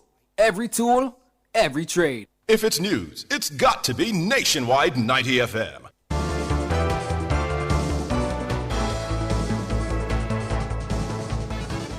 Now to the details. Brilliant. That's the term being used by many Jamaicans to describe the work done by 5 medical doctors at Mapen Hospital in Clarendon after they saved the life of a man who was stabbed in the heart with a knife. Senior Registrar in General Surgery Dr. Orain Thomas says the feat will hopefully give fresh perspective to those people who say the service provided by Jamaican doctors is typified by a lack of care for patients. Dana Davey reports. Management and staff at Mapen Hospital in Clarendon are today basking in the historic accomplishment at the facility. According to the hospital, a patient arrived at the facility with a stab wound to the heart, and within minutes after arrival, a medical team attended to the wound. It says several medical procedures, to include open heart surgery, led to the patient's survival. Senior Registrar in General Surgery Dr. Orain Thomas was among the team of 5 who worked to save the patient. Speaking on Nationwide this morning on Tuesday, Dr. Thomas says the accomplishment proves the quality and resourcefulness of local doctors. This case highlights that with teamwork and with applying the principles that we have learned during training, with all of this and with the limited resources that we have at the Mapen Hospital, we're still able to offer world-class care. We're somewhat disrupting the narrative that at Mapen Hospital we have poor outcomes all the time. But we always try our best. I can tell you that we always try our best with the limited resources we have, and this is the kind of outcome that we always want. Dr. Thomas says the medical team worked swiftly to perform the delicate operation. We were able to quickly identify the area that it was bleeding from, and quickly got control by just compressing with our fingers. Now, having control that, we placed a clamp to isolate the injury. So all while the heart is beating, as we progressed, the heart started beating a little harder. Mm-hmm. And so we were faced with the challenge of, repairing this injury while the heart is beating. Thankfully, we were able to do that quickly, pretty quickly, in less than a minute. We're able to repair the heart. It took 3 quote-unquote stitches for us to close that area adequately. Acting consultant in the A&E department, Dr. Natoya Hall Okori, says an ultrasound machine helped medics to discover the true extent of the wound. One of the things that was very integral in this case is the use of point-of-care ultrasound. If we did not have an ultrasound on hand, we would have missed this cardiac tamponade, which is basically the pooling of the blood around the heart, right? We would have missed it, So the first thing we did, we exposed the patient, we recognized the 2 injuries to the left chest, and the next thing we do is grab the ultrasound, we see it, and we start preparing. Team effort, nurse, doctor, everybody involved, someone grabbing something, putting it together. Dr. Hall Okuri says when a patient's life is at risk, doctors are duty-bound to forget the lack of resources and press on with their duties. Our grandparents say that whatever they give you, you make something. You get up in the morning and you make something to feed the children. It's the same mentality. patient comes in, we're not bothered by our limitations. Each patient come in, we look around, we use what we have, and we have protocols too that make adjustments for stuff like this. So if we don't have this, this is what we can use. Dana Davey for Nationwide News. Thank you, Dana. Meanwhile, Health Minister Dr. Chris Tufton has lauded the team for the historic achievement done under challenging circumstances. A big shout out and congratulations to Dr. Hall Akori and her team at the Maypen Hospital in Clarendon for this milestone achievement of saving a life under extremely difficult circumstances. We're proud of the team. I am proud of the team, proud of the institution, proud of public health on this very important life-saving achievement. I know you work hard, your team. I know you don't always get the recognition that you deserve. More often than not, people focus on the negative rather than the positive. So let this day be a special day for you. I know you do it every day, but this particular incident clearly demonstrates your expertise, your courage, your boldness, and teamwork, very importantly. Dr. Chris Tufton, the Minister of Health and Wellness. Police in Manchester say recent murders in the parish are linked to lottery scamming. The police say local scammers who are under the instruction of criminals based overseas are using the gun to settle interpersonal conflicts. Head of the Manchester Police, Superintendent Kerry Duncan, made the disclosure while addressing residents in the community of Hearties on Monday evening. We have recognized that a lot of what is happening, most of the incidents of murder that is happening, is a direct derivative from persons who are embroiled in the lottery scamming activities. We know that the spoils sometimes are not being shared properly, and so persons believe that persons should be giving them stuff, and so we have incidents of murders. And when we have this, we're going to have murders, reprisals, and counter-reprisals. As I'm saying, and I will say again, that it is on this side, not Hearties, but your neighbors who are committing these heinous crimes. And we're saying that as a community, you need to be vigilant. His comments come on the heels of a double murder in the neighboring community of Land Settlement. 21-year-old Damien Edwards, otherwise called Damie, and 30-year-old Yannick Shaw, otherwise called Yankee, were shot dead at a bar by a gunman on Saturday afternoon. The police believe the act was a reprisal for the murder of 4-year-old Sanaya O'Brien and the wounding of her father on February 8 in the same community. Superintendent Duncan says the perpetrators are inhuman. We saw a couple of weeks ago where we had the very unfortunate incident where a 4-year-old child was senselessly killed. These persons among you, ladies and gentlemen, they are not humans. They can't be humans. If they can seek to point their guns in the direction of children and open fire, we can't say that these are human beings. These are persons who certainly should not be living among us. They should not be living among us. They should be somewhere else. They should be incarcerated. They should be somewhere else. Superintendent Kerry Duncan, head of the Manchester Police. A man the police describe as a high-risk target was killed in an alleged confrontation with lawmen on Tuesday. He's 41-year-old Richard Moody, otherwise known as Bloody Guns, of Penwood Road, Kingston 11. The incident occurred in Jeffreytown in St. Mary sometime after 3 a.m. Mahiri Stewart has that story. According to the police, the 41-year-old laborer was deported from the United States in 2003 for possession of crack cocaine and criminal possession of stolen property. He had entered the U.S. as a lawful permanent resident in 1997.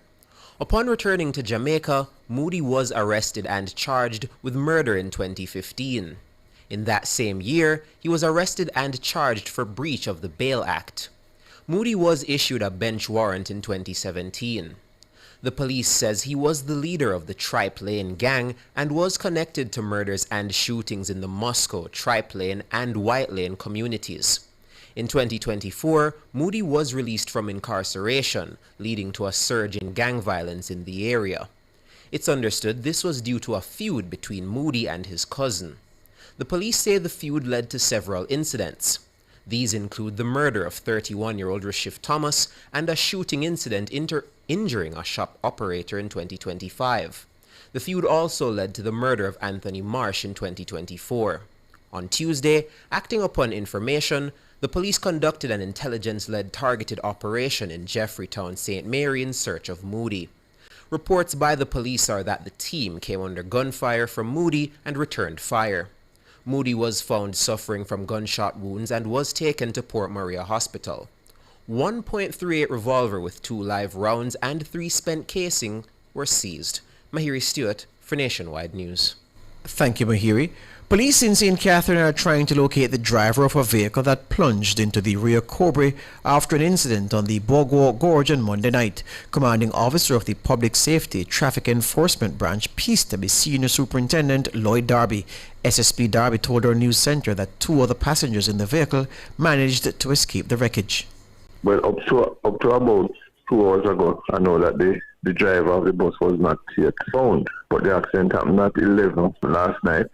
From reports, the vehicle was traveling towards Spanish Town along the Bagua Gorge. Allegations that our vehicles have been opposite swerved into its path, causing the driver to swerve right, where he hit a rock and then plunged into the Rio Cobre. 2 other male passengers managed to exit the vehicle, but the driver is still not found. The vehicle was wrecked from the water and taken to the Bagua police station. SSP Lloyd Darby, Commanding Officer of the Peace Deb. The Caribbean Examinations Council CXC is rallying educators across the region to adapt their methodologies to fit the digital age. The call came Tuesday from CEO and Registrar of CXC, Dr. Wayne Wesley. Given what is happening in education, the changes are happening month by month. It's no longer year or years or decades for the change to happen. And what this is saying to us is that we must, as an education community, be in a perpetual state of transformation. We must remain agile to prepare our students to take on what this new world is going to be. No longer should we wait 10 years to be looking at education reform. Not even 1 year. We have to be constantly in that mode of transformation. Students are not waiting on us. They're moving with what technology is providing for them. Dr. Wesley was speaking at the opening of CXC's Regional Education Conference and Ministerial Forum. The inaugural event is being staged in St. Andrew under the theme Navigating the Digital Age, Rethinking Teaching, Learning and Assessment. Dr. Wesley says the regional exams body is in step with the changing times. We are the region standard bearer for educational assessment, but a standard bearer must move with the times, and we are moving. 2 months ago, CXC made history. For the first time, we administered fully electronic and hybrid examinations in our January 2026 cycle across 17 Caribbean states with over 10,000, with over 10,000 candidates and nearly 18,000 subject entries. The results were clear. Students across the Caribbean are ready for examinations that are electronic. CXC is ready to meet that moment. Dr. Wayne Wesley, the CEO and Registrar at CXC. The event is set for, it began on March 16 and will run until March 19 at the Pegasus Hotel in New Kingston. CXC says more than 300 stakeholders from across the region will convene to discuss teaching, learning and assessment in the digital age. The conference was previously set for Trelawney in October 2025, but was disrupted due to the passage of Hurricane Melissa. Influential U.S. travel portal Travel Weekly is reporting that the Eclipse Half Moon property located in Montego Bay, St. James, is due to reopen its doors on April 2 this year. The hotel was closed after Hurricane Melissa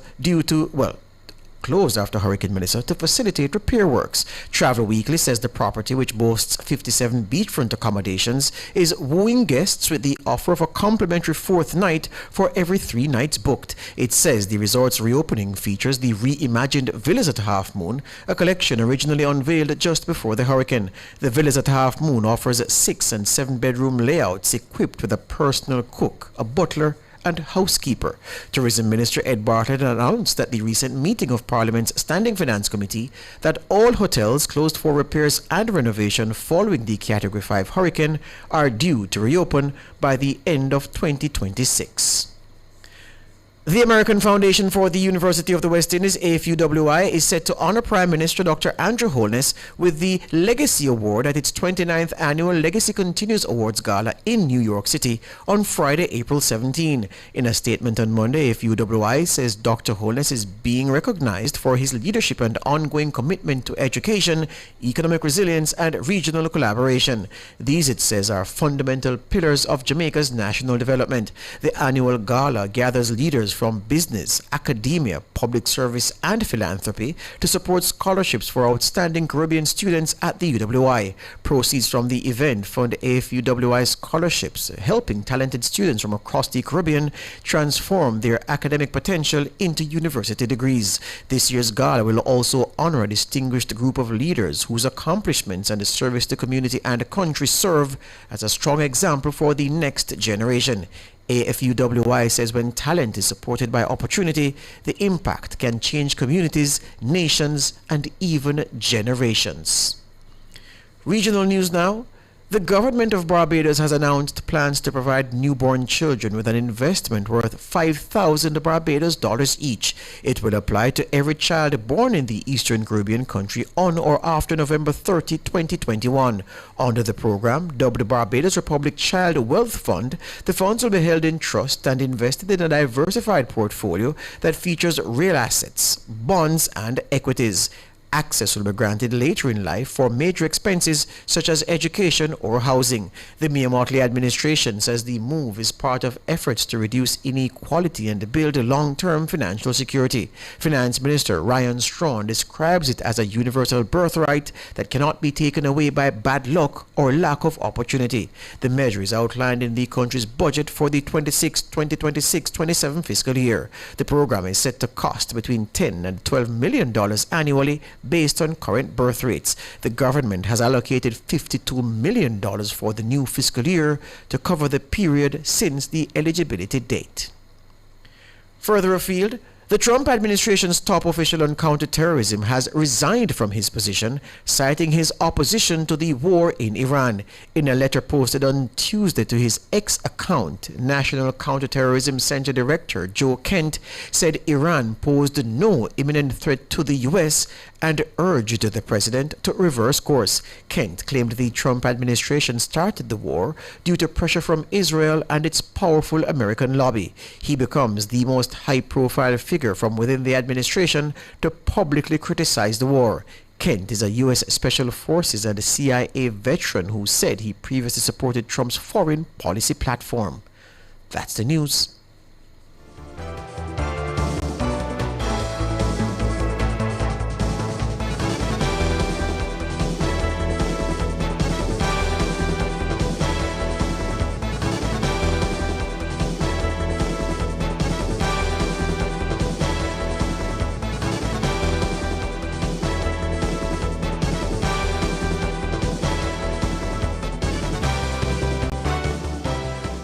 The Midday News was brought to you by Total Tools.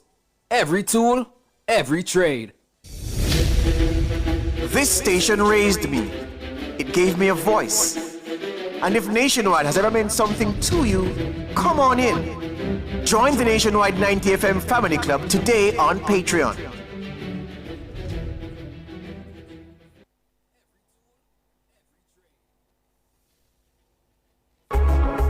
Montego Bay, get ready! This Wednesday, March 18, the JUTC Rural Bus Campaign promotion rolls into Sam Sharp Square. From 1 p.m. to 3 p.m., join us live on air with the E-Zone crew, Honeybee and Kareem, as we bring the excitement straight to you. Discover how JUTC is making travel safer, more reliable, and affordable for rural commuters. Learn about new routes, schedules, and the benefits of choosing JUTC. Come out, be part of the broadcast, share your voice, and enjoy giveaways and surprises. This is your chance to connect directly with JUTC and see how we're bringing dependable transport closer to the people. That's this Wednesday, March 18, Sam Sharp Square, Montego Bay. Don't miss it. JUTC Rural Bus Campaign. Safe, reliable, rural strong.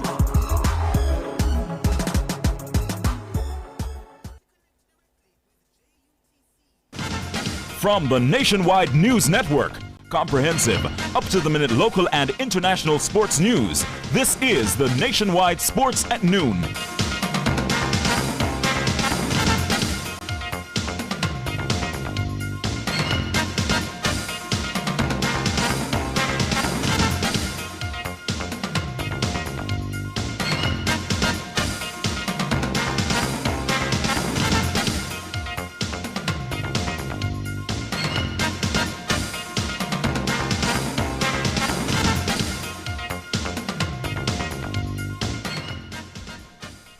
Good afternoon, welcome to your lunchtime sports report. I'm Maureen Buchanan. We kick things off with some rare Navy Jamaica Premier League action as the Junglists Arnett Gardens, well, they showed their potential of their youthful attacking prowess on Monday night at their home base, the Anthony Spalding Sports Complex. This after they ran away with a 4-0 victory over Racing United, thanks to a stunning first-half hat-trick from Giovanni Taylor. Head coach Philip Williams says it was a complete performance from his team and credited Taylor for his maturity. I think it was overall a complete performance from the team today. We were strong defensively off the ball, and we were ruthless offensively when we had possession of the football. So it was an overall complete team performance today. In terms of Giovanni, I think Giovanni, all he's doing is returning the trust that we have in him. He's a youngster, and we asked him to lead the line today, and he did that superbly. Coach Williams also credited the youngsters in the team and said they're coming to their true potential as the season draws near. Looking back so far, our eyes are forward. We have 13 games and we had some objective in terms of what we want to achieve in those 13 games. This is the first of the 13 and we got our win, and we're looking forward to the next game on Thursday, looking to get our 3 points again. Coach Philip Williams there. Now the final round of the 2026 CONCACAF Women's Under-17 qualifiers gets underway on Tuesday with an intriguing Group C matchup between Mexico and Jamaica in Costa Rica. Alric Swaby tells us more. Both teams arrive at this decisive stage with strong credentials, setting the stage for a competitive opener. Jamaica earned its place in the final round after an impressive showing in round 1, topping Group D with an unbeaten record. The young Reggae girls were dominant on both ends of the pitch, scoring 9 goals while conceding just once to finish with 10 points.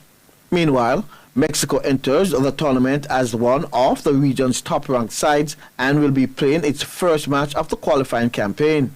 El Tria received a bye to the final round after securing a third-place finish at last year's FIFA Under-17 Women's World Cup, further cementing their status as one of the favorites to advance.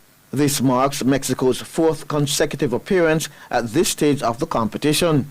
History also leans in Mexico's favor. Tuesday's encounter will be the 5th meeting between the two nations in the CONCACAF Women's Under-17 Championships, with Mexico holding the edge in the series with 3 wins and 1 draw. Still, Jamaica's recent form suggests they are more than capable of challenging the regional powerhouse. Alric Swaby reporting for Nationwide Sports. Thanks, Alric. Now, the first 4 quarterfinalists in the European Champions League will be known on Tuesday when second leg round of 16 ties are completed.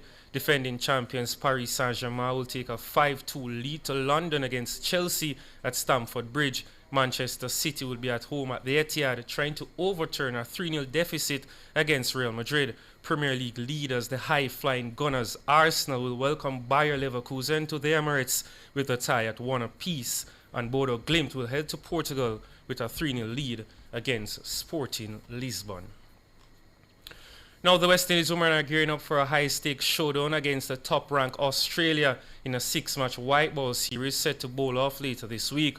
The series will be split between 2 venues, with 3 T20 internationals scheduled for Arnos in St. Vincent and the Grenadines, and 3 one-day internationals to be played at Warner Park in St. Kitts and Nevis.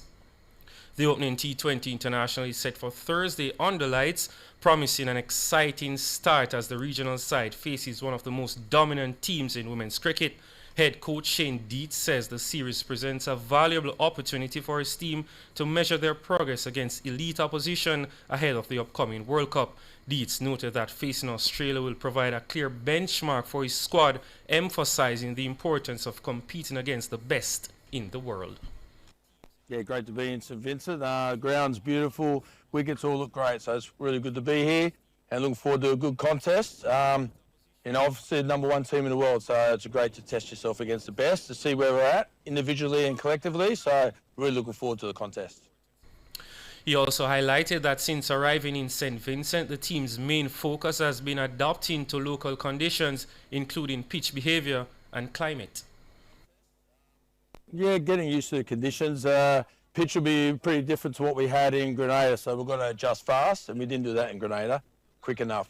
So getting used to the conditions is the focus, and we're doing a lot of talk about the opposition, our tactics, and how we're going to play this ground. There's a big wind here as well, so we've got to maximise the use of that and use the home ground advantage to our advantage. And that's looking forward to putting on a good show for the locals. I think we will put on a good show, but we're looking to really attack the Aussies because they'll come hard. So we've got to match that intensity and come hard right back.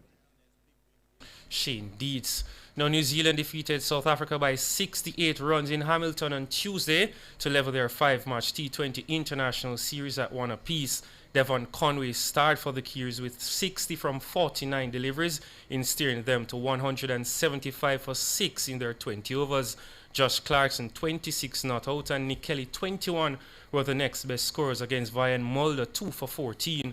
The South Africans were then skittled out for 107 in 15.3 overs. George Linde was the only best to offer any resistance with 33 as Lockie Ferguson and Ben Sears collected 3 wickets apiece. Game 3 is on Friday in Auckland. Now, the Issa Rural Girls Basketball Competition delivered a series of dominant performances and standout individual efforts across the island on Monday as several schools stamped their authority in both rural and urban zone matchups. Mount Alvernia produced one of the day's strongest display, defeating Stets 47-23. After a closely contested opening quarter, Mount Alvernia took control with a 16-point second quarter surge and never looked back. Brianna Bailey led the charge with 17 points and 7 rebounds, while Joshana Brown added 10 points. Old Harbour also secured a convincing 43-18 victory over Mushet. Sonoya Lawrence was instrumental in the win, pouring in 18 points and creating havoc defensively with 9 steals. Manchester High crushed Christiana 51-11. Carcia Beazer led all scorers with an outstanding 25-point performance.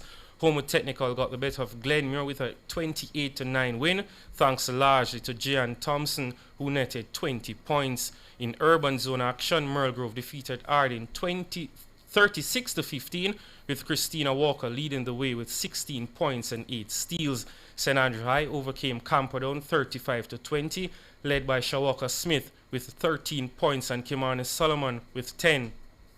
Holy Childhood High continued their strong run, displaying a 40-12 victory over Excelsior. J.L. Lee Williams had 16 points and 10 rebounds, while Kimura Martin added 12 points. Knowing what seems to be an about turn, Iran is currently negotiating with football's governing body FIFA to have their Group G matches moved from the USA to Mexico. This after a series of events in recent weeks that saw Ahmad Donyamali, sports minister of Iran, stating that, quote, "Given that this corrupt government has assassinated our leader, under no circumstances do we have the appropriate conditions to participate in the World Cup." Mairi Stewart has the latest in this developing story.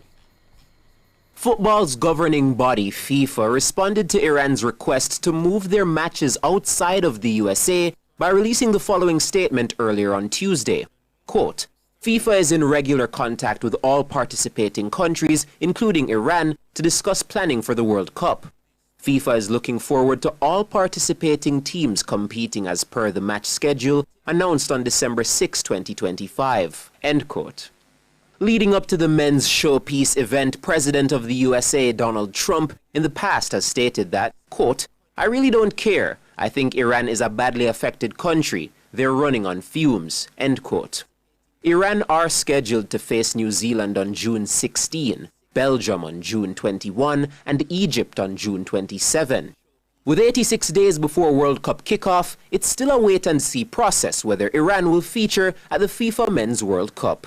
Mahiri Stewart reporting for Nationwide Sports. Thanks, Farid. Those are stories making your lunchtime sports report. We'll be back at 5:25 p.m. Until then, you know the rules. Stay tuned, stay glued, and stay locked in to Nationwide 90 FM.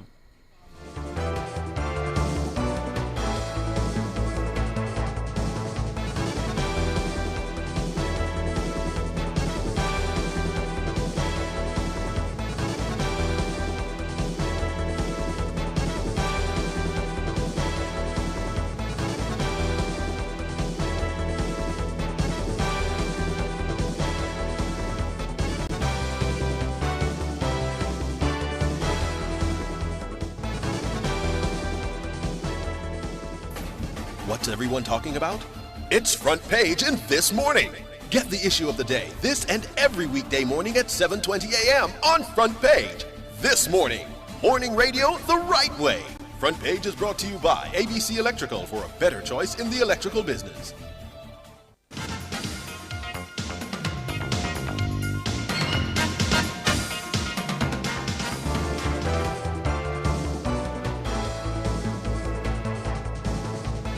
Nationwide, recapping the top stories making the nationwide world at noon today. Jamaicans at home and abroad heaping praise on 5 medical doctors at Mapen Hospital who saved the life of a man who was stabbed in the heart. The team also received commendation from the Health Minister, Dr. Chris Tufton. And the Manchester Police say recent murders are linked to lottery scamming. My name is George Davis. You can find the news on our website at revonews.ai and on the Revo News app, available on Google Play and the App Store. Major news comes up next at 5. Good afternoon.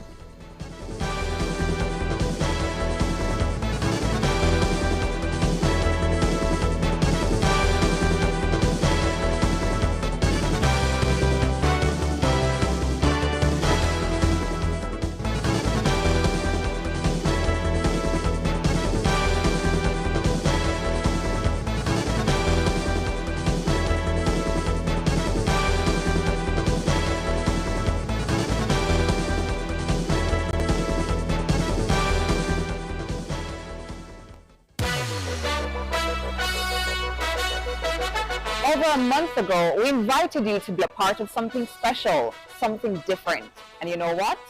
Over 500 of you said, all right, we're in. That means over 500 of you decided to move from just being a listener to being a part of the family. The Nationwide Family Club isn't just an idea anymore. It's real, it's growing, and it feels good. And because family looks out for family, for the entire month of March, we're doing something extra. Every single week, one family club member will win a $25,000 supermarket voucher. That's 4 winners, 4 weeks, 4 real chances. Because when you stick with us, we believe you should feel it. Loyalty shouldn't be just be appreciated, it should feel rewarded. The Nationwide Family Club is where you, our listeners, come closer. Not just hearing the stories, but seeing how they're made. Not just listening to the voices, but connecting with the people behind them. In the Family Club, you get early access to documentaries, exclusive content on air, member-only conversations, birthday shout-outs, breaking news alerts, and depending on your tier, studio experiences and private live streams. That's not just regular radio. That's family access. This isn't just a subscription. It's connection. It's community. It's saying, I support what you do, and I want to be closer to it. More content, more interactions, more behind the scenes, and now, more chances to win. And if you've been watching from the sidelines, we've been saving a seat for you. Join today. Be a part of the first 1,000 family members. And this March, you could be one of 4 people walking away with a $25,000 supermarket voucher. Go to patreon.com/Nationwide News Network. The Nationwide Family Club, closer than radio, stronger than ever, and growing with you, our family.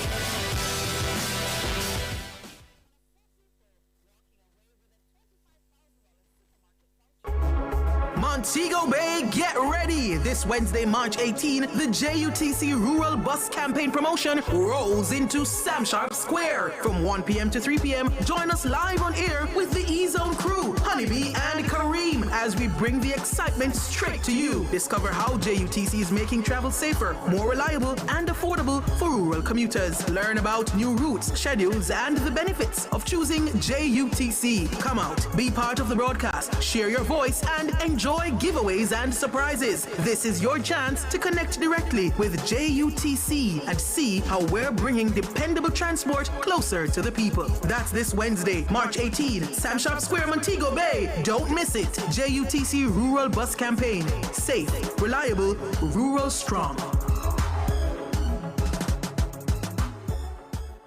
Our phone numbers are 630-9371, 630-9372, 630-9373, and 630-9374. My hands were steady. Good afternoon. Thank you so much for staying with us here on Cliff Hughes Online. It's 24 minutes going up to 1 o'clock. And I was remiss in adding my voice this morning to the commendations being heaped on a group of doctors, 5 doctors at the Maypen Hospital in Clarendon, who saved the life of a man who was stabbed in the heart. Quite an achievement. Yeah? When you get stabbed in the heart, you're not expected to live. You're expected to die. And somehow, these 5 doctors, were able to not only repair his heart and to protect him, but he has made a full recovery. Well, he'd better count his lucky stars and wash the feet of those doctors for life. Yeah? Because what they did was nothing short of brilliant. Brilliant. According to the report, he was stabbed in the heart with a knife. And the senior registrar of surgery, general surgery, Dr. Orain Thomas, is quoted as saying the feat, will hopefully give new perspectives to those people who say the service provided by Jamaican doctors is typified by a lack of care for patients. No, you know, Doc, there are some of us who feel that, yes, the attitude of some of you doctors and nurses stinks, and that's a fact. Yes? But the attitude of most of you is very good. Very good. Professional, compassionate, caring. But you have among yourselves, as doctors and nurses, too many who are the opposite. They don't care. They are lacking in compassionate. And you know, the practice of medicine is such that the person providing the care, the caregiver, the doctor, the nurse, that care ought to be therapeutic. You know, the brilliant and outstanding doctors and nurses, the first thing they do is to make you feel comfortable. They win your confidence by just their disposition, their care, how they ask you questions, how they relate to you. I think we are losing that where too many nurses and doctors are concerned. But I would think for the majority of doctors and nurses, they still have it. but you have some bad ones among you who ought not to be in the system at all. Ought not to be. So Dr. Thomas, congratulations to you and your colleagues at Maypen for pulling off this feat. Yeah? Here is Dana Davies' report on it. Management and staff at Maypen Hospital in Clarendon are today basking in the historic accomplishment at the facility. According to the hospital, a patient arrived at the facility with a stab wound to the heart, and within minutes after arrival, a medical team attended to the wound. It says several medical procedures to include open heart surgery led to the patient's survival. Senior Registrar in General Surgery Dr. Oreen Thomas was among the team of 5 who worked to save the patient. Speaking on Nationwide this morning on Tuesday, Dr. Thomas says the accomplishment proves the quality and resourcefulness of local doctors. This case highlights that with teamwork and with applying the principles that we have learned during training, with all of this and with the limited resources that we have at the Maypen Hospital, we're still able to offer world-class care. We're somewhat disrupting the narrative that at Maypen Hospital we have poor outcomes all the time. But we always try our best. I can tell you that we always try our best with the limited resources we have, and this is the kind of outcome that we always want. Dr. Thomas says the medical team worked swiftly to perform the delicate operation. We were able to quickly identify the area that it was bleeding from and quickly got control by just compressing with our fingers. Now, having control that, we placed a clamp to isolate the injury. So all while the heart is beating, as we progressed, the heart started beating a little harder. Mm-hmm. And so we were faced with the challenge of, repairing this injury while the heart is beating. Thankfully, we were able to do that quickly, pretty quickly, in less than a minute. We were able to repair the heart. It took 3 quote-unquote stitches for us to close that area adequately. Acting consultant in the A&E department, Dr. Natoya Hall Akori, says an ultrasound machine helped medics to discover the true extent of the wound. One of the things that was very integral in this case is the use of point-of-care ultrasound. If we did not have an ultrasound on hand, we would have missed this cardiac tamponade, which is basically the pooling of the blood around the heart, right? We would have missed it, So the first thing we did, we exposed the patient, we recognized the 2 injuries to the left chest, and the next thing we do is grab the ultrasound, we see it, and we start preparing. Team effort, nurse, doctor, everybody involved, someone grabbing something, putting it together. Dr. Hall Okuri says when a patient's life is at risk, doctors are duty-bound to forget the lack of resources and press on with their duties. Our grandparents say, whatever they give you, you make something. You get up in the morning and you make something to feed the children. It's the same mentality. Patient comes in, we're not bothered by our limitations. Each patient comes in, we look around, we use what we have, and we have protocols too that make adjustments for stuff like this. So if we don't have this, this is what we can use. Dana Davey for Nationwide News. Thank you, Dana. So, congratulations all round for the team there at Maypen Hospital. The doctors and nurses, the ancillary staff, everybody chipped in. Yes? Congratulations, Maypen. Good luck. Good luck. All right. We've been talking about the Nationwide Family Club, and I notice our YouTubers are signing on, and we welcome them. But, in this era of technology and all kinds of devices, there are some of us who struggle to keep up and to be able to maneuver our way, on this device and the different apps and whatever. People in my demographic group, those of us mainly over 50, 55, yes, We didn't do IT at school. When we were leaving school, IT wasn't a subject yet. Yes. And we're trying to catch up. And it is our grandchildren and our children who are helping us, yes, to maneuver our way. And we've been getting the messages. Several of you want to sign up onto the Nationwide Family Club.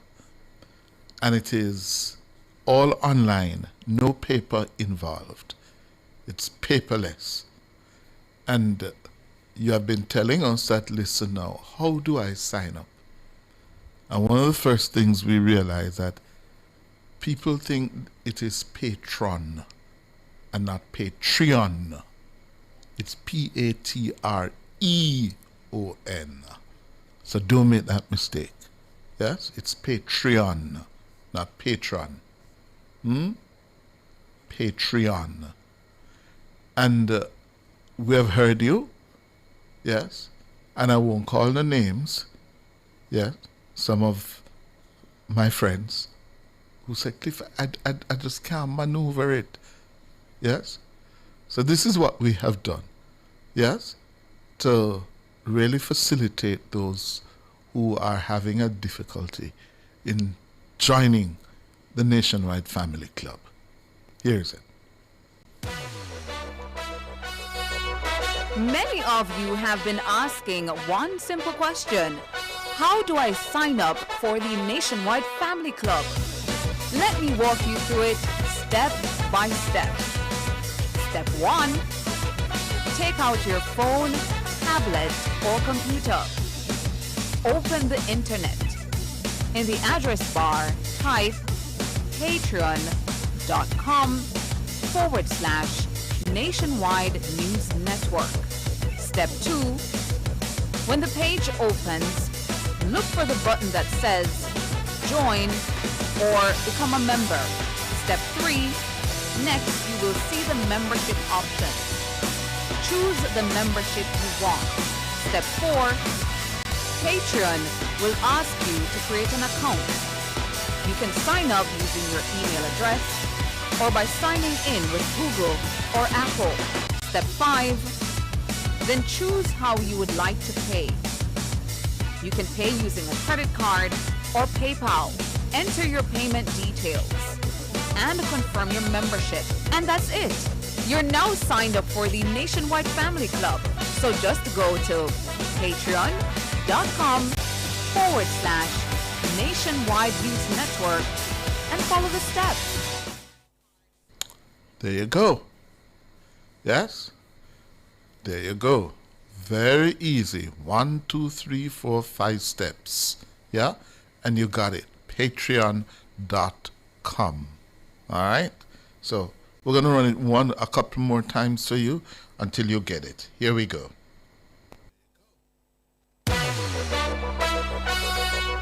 Many of you have been asking one simple question. How do I sign up for the Nationwide Family Club? Let me walk you through it step by step. Step 1. Take out your phone, tablet, or computer. Open the internet.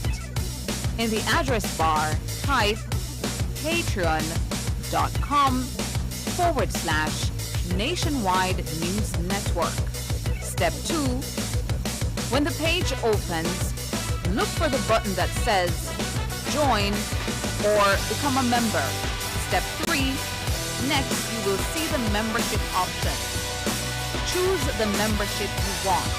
Step 4. Patreon will ask you to create an account. You can sign up using your email address or by signing in with Google or Apple. Step 5. Then choose how you would like to pay.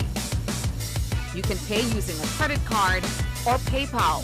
Enter your payment details and confirm your membership. And that's it. You're now signed up for the Nationwide Family Club. So just go to patreon.com/Nationwide News Network and follow the steps. Good. There you have it. Time for the break.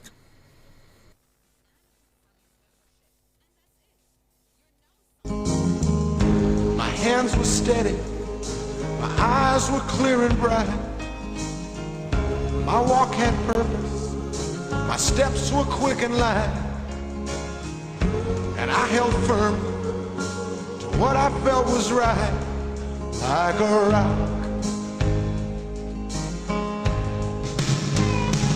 Like a rock. I was strong as I could be, like a rock. Every great project starts at Creative Building Finishes, Jamaica's only choice for the best tiles, best bathrooms, and best kitchens. Whether you're designing, building, renovating, or selecting materials for your next project, we offer exceptional quality, standout designs, and expert guidance you can trust. Visit our showroom in Kingston or Traxall, or explore full range online at www.creativebuildingfinishes.com. Creative Building Finishes, your beautiful finish begins here. Every day, Jamaicans have something to say. In the group chats, on social media, in the streets, there's a place where it all comes together. The comment section. This is not a lecture. This is not a call-in show. This is the hottest topics of the day, filtered through real opinions, real WhatsApp messages, real voice notes, real reactions.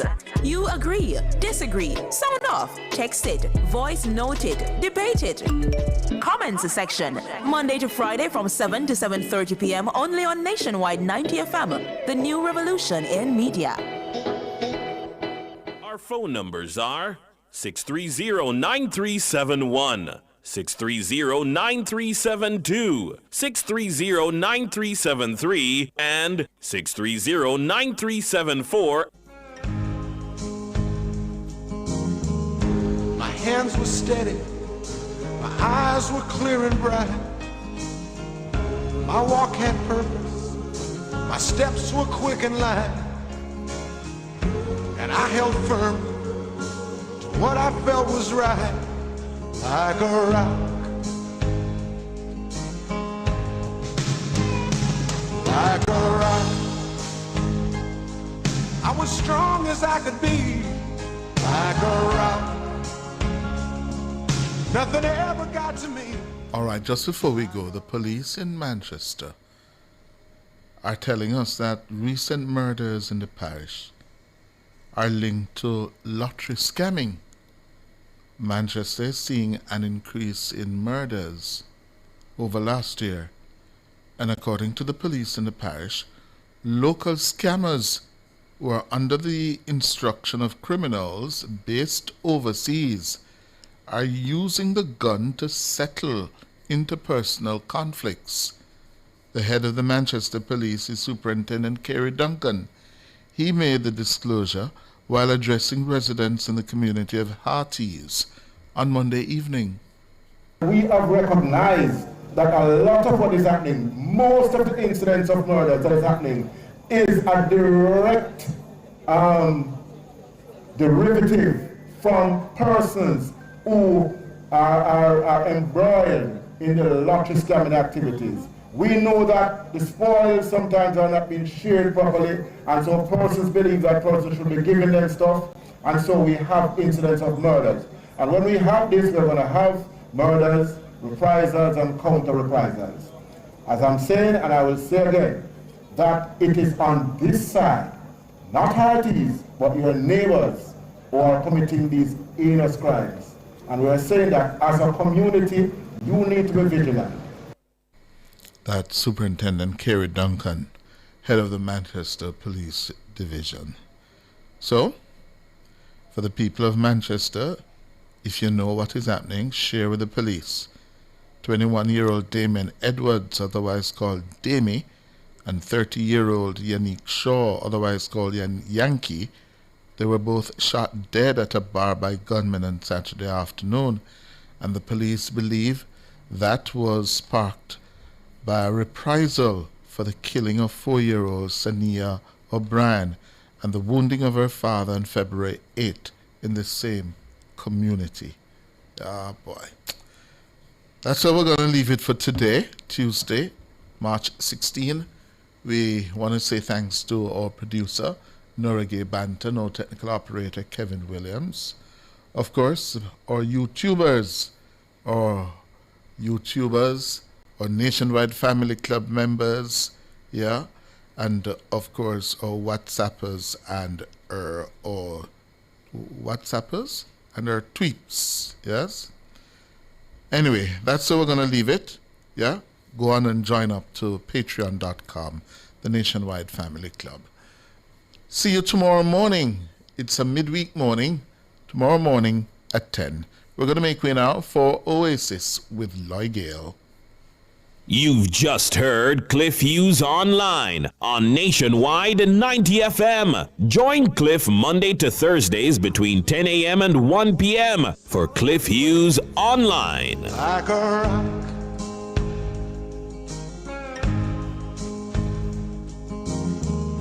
My hands were steady, my eyes were clear and bright. My walk had purpose, my steps were quick and light. And I held firm to what I felt was right, like a rock. Like a rock. I was strong as I could be, like a rock.